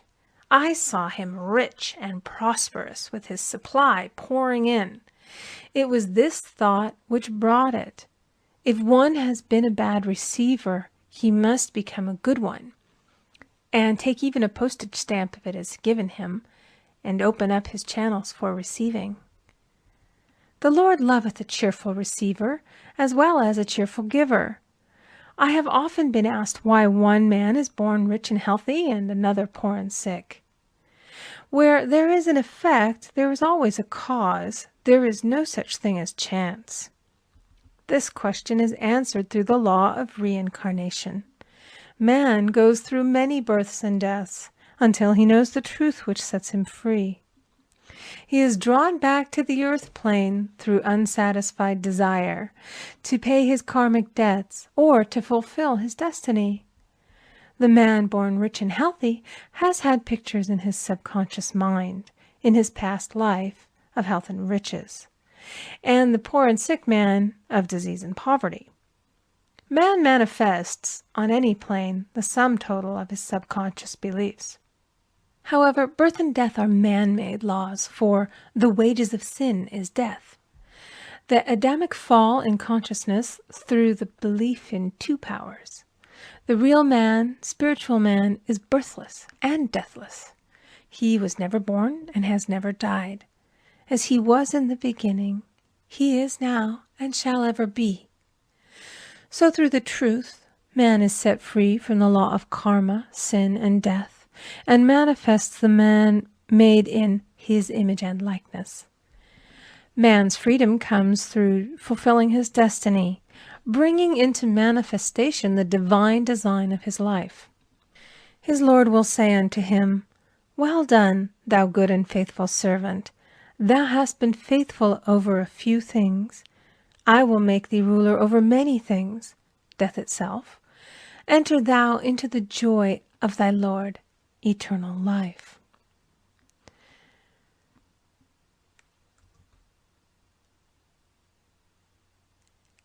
End of Chapter 9. Recording by Amy Conger.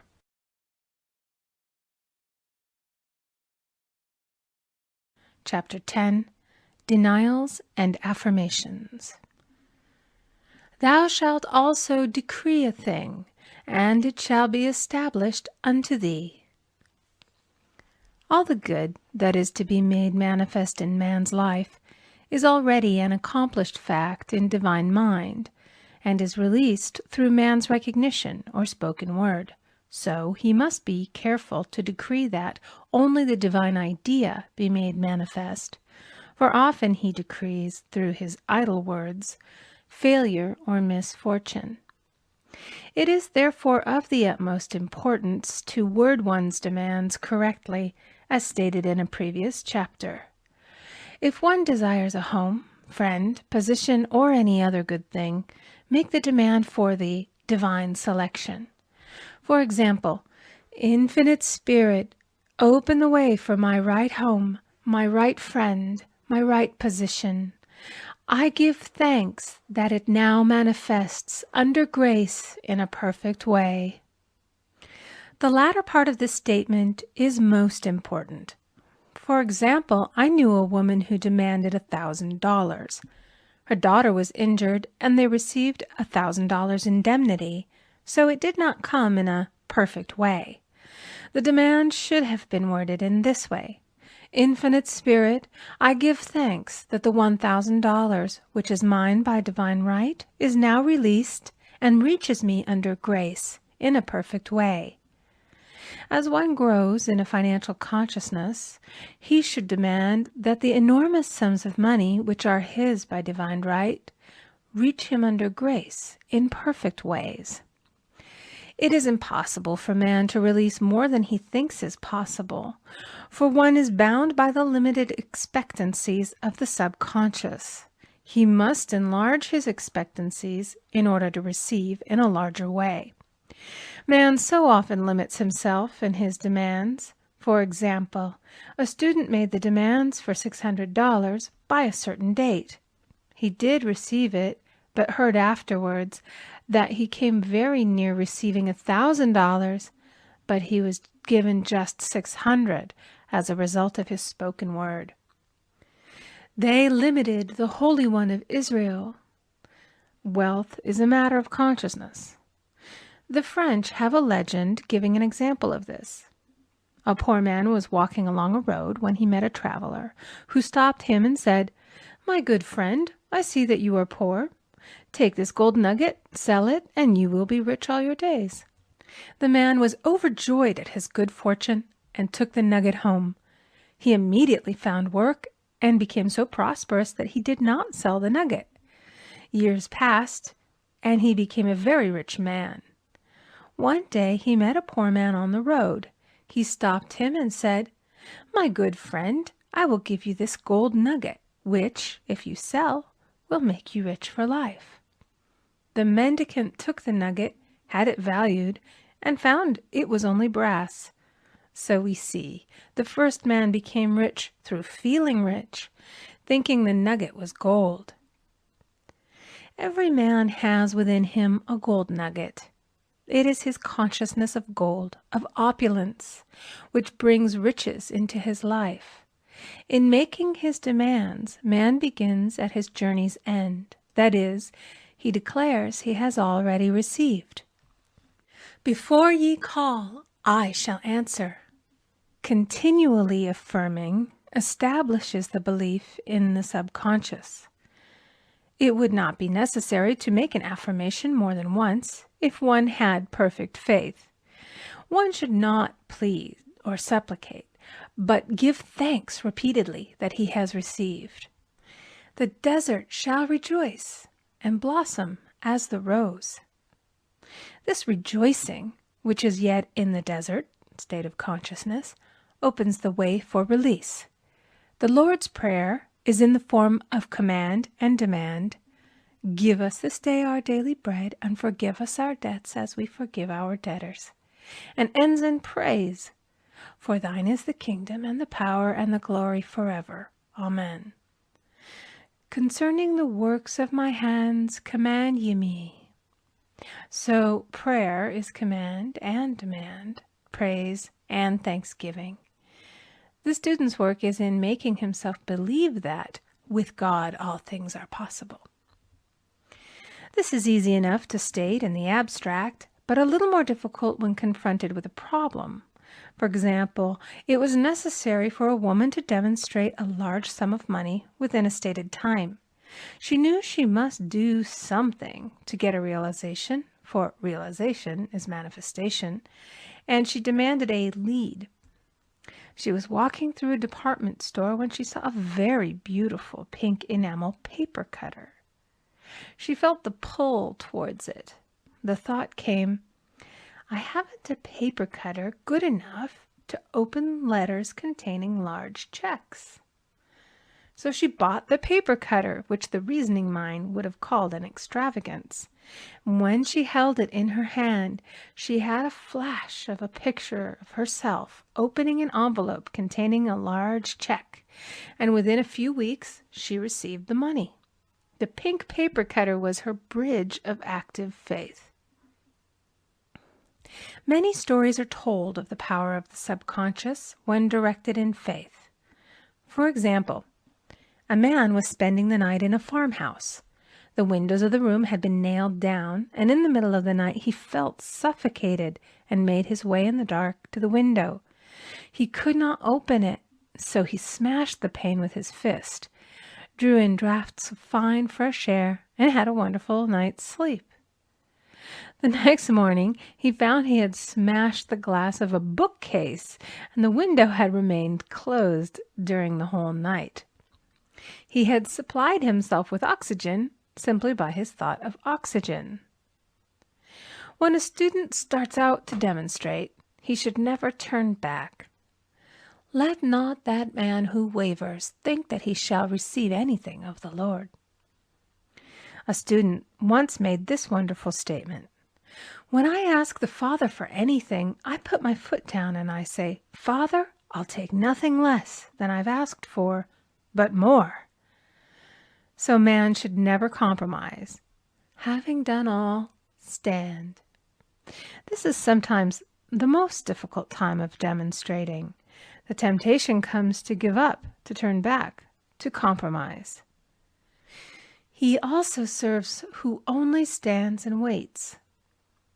Demonstrations often come at the 11th hour because man then lets go, that is, stops reasoning, and infinite intelligence has a chance to work. Man's dreary desires are answered drearily, and his impatient desires long delayed or violently fulfilled. For example, a woman asked me why it was she was constantly losing or breaking her glasses. We found she often said to herself and others with vexation, I wish I could get rid of my glasses. So her impatient desire was violently fulfilled. What she should have demanded was perfect eyesight, but what she registered in the subconscious was simply the impatient desire to be rid of her glasses, so they were continually being broken or lost. Two attitudes of mind cause loss. Depreciation, as in the case of the woman who did not appreciate her husband, or fear of loss, which makes a picture of loss in the subconscious. When a student is able to let go of his problem, cast his burden, he will have instantaneous manifestation. For example, a woman was out during a very stormy day, and her umbrella was blown inside out. She was about to make a call on some people whom she had never met, and she did not wish to make her first appearance with a dilapidated umbrella. She could not throw it away, as it did not belong to her. So in desperation she exclaimed, "Oh God, you take charge of this umbrella. I don't know what to do." A moment later a voice behind her said, "Lady, do you want your umbrella mended?" There stood an umbrella mender. She replied, "Indeed I do." The man mended the umbrella while she went into the house to pay her call, and when she returned, she had a good umbrella. So there is always an umbrella mender at hand on man's pathway when one puts the umbrella or situation in God's hands. One should always follow a denial with an affirmation. For example, I was called on the phone late one night to treat a man whom I had never seen. He was apparently very ill. I made the statement, "I deny the appearance of disease. It is unreal, therefore cannot register in his consciousness. This man is a perfect idea in divine mind, pure substance expressing perfection." There is no time or space in divine mind. Therefore, the word reaches instantly its destination and does not return void. I have treated patients in Europe and have found that the result was instantaneous. I am asked so often the difference between visualizing and visioning. Visualizing is a mental process governed by the reasoning or conscious mind. Visioning is a spiritual process governed by intuition or the superconscious mind. The student should train his mind to receive these flashes of inspiration and work out the divine pictures through definite leads. When a man can say, "I desire only that which God desires for me," his false desires fade from the consciousness, and a new set of blueprints is given him by the master architect, the God within. God's plan for each man transcends the limitation of the reasoning mind and is always the square of life, containing health, wealth, love, and perfect self-expression. Many a man is building for himself in imagination a bungalow when he should be building a palace. If a student tries to force a demonstration through the reasoning mind, he brings it to a standstill. "I will hasten it, saith the Lord." He should act only through intuition or definite leads. Rest in the Lord and wait patiently. Trust also in Him, and He will bring it to pass. I have seen the law work in the most astonishing manner. For example, a student stated that it was necessary for her to have $100 by the following day. It was a debt of vital importance which had to be met. I spoke the word, declaring Spirit was never too late, and that the supply was at hand. That evening she phoned me of the miracle. She said that the thought came to her to go to her safety deposit box at the bank to examine some papers. She looked over the papers, and at the bottom of the box was a new $100 bill. She was astounded, and she said she knew she had never put it there, for she had gone through the papers many times. It may have been a materialization, as Jesus Christ materialized the loaves and fishes. Man will reach the stage where his word is made flesh, or materialized instantly. The fields, ripe with the harvest, will manifest immediately, as in all of the miracles of Jesus Christ. There is a tremendous power alone in the name Jesus Christ. It stands for truth made manifest. He said, "Whatsoever ye ask the Father in my name, He will give it to you." The power of this name raises the student into the fourth dimension, where he is freed from all astral and psychic influences, and he becomes unconditioned and absolute, as God Himself is unconditioned and absolute. I have seen many healings accomplished by using the words, "in the name of Jesus Christ." Christ was both person and principle, and the Christ within each man is his Redeemer and salvation. The Christ within is his own fourth-dimensional self, the man made in God's image and likeness. This is the self which has never failed, never known sickness or sorrow, was never born, and has never died. It is the resurrection and the life of each man. "No man cometh to the Father save by the Son," means that God, the universal, working on the place of the particular, becomes the Christ in man. And the Holy Ghost means God in action. So daily, man is manifesting the Trinity of the Father, Son, and Holy Ghost. Man should make an art of thinking. The master thinker is an artist and is careful to paint only the divine designs upon the canvas of his mind, and he paints these pictures with masterly strokes of power and decision, having perfect faith that there is no power to mar their perfection, and that they shall manifest in his life the ideal made real. All power is given man through right thinking, to bring his heaven upon his earth, and this is the goal of the game of life. The simple rules are fearless faith, non-resistance, and love. May each reader be now freed from that thing which has held him in bondage through the ages, standing between him and his own, and know the truth which makes him free. Free to fulfill his destiny, to bring into manifestation the divine design of his life, health, wealth, love, and perfect self-expression. Be ye transformed by the renewing of your mind. End of chapter 10. Recording by Amy Conger.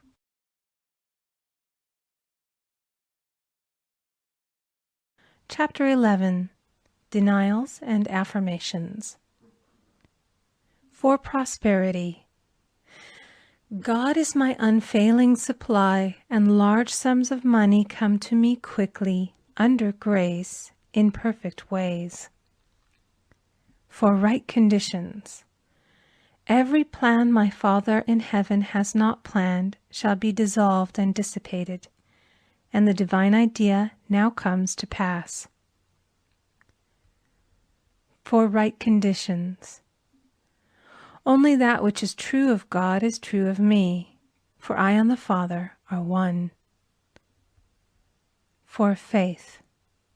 As I am one with God, I am one with my good, for God is both the giver and the gift. I cannot separate the giver from the gift. For right conditions. Divine love now dissolves and dissipates every wrong condition in my mind, body, and affairs. Divine love is the most powerful chemical in the universe and dissolves everything which is not of itself. For health. Divine love fills my consciousness with health, and every cell in my body is filled with light. For the eyesight. My eyes are God's eyes. I see with the eyes of spirit. I see clearly the open way. There are no obstacles on my pathway. I see clearly the perfect plan. For guidance. I am divinely sensitive to my intuitive leads, and give instant obedience to thy will. For the hearing. My ears are God's ears. I hear with the ears of spirit. I am non-resistant, and am willing to be led. I hear glad tidings of great joy. For right work. I have a perfect work in a perfect way. I give a perfect service for perfect pay. For freedom from all bondage.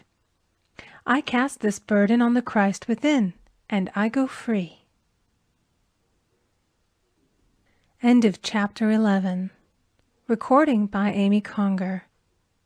End of The Game of Life and How to Play It by Florence Scovel Shinn.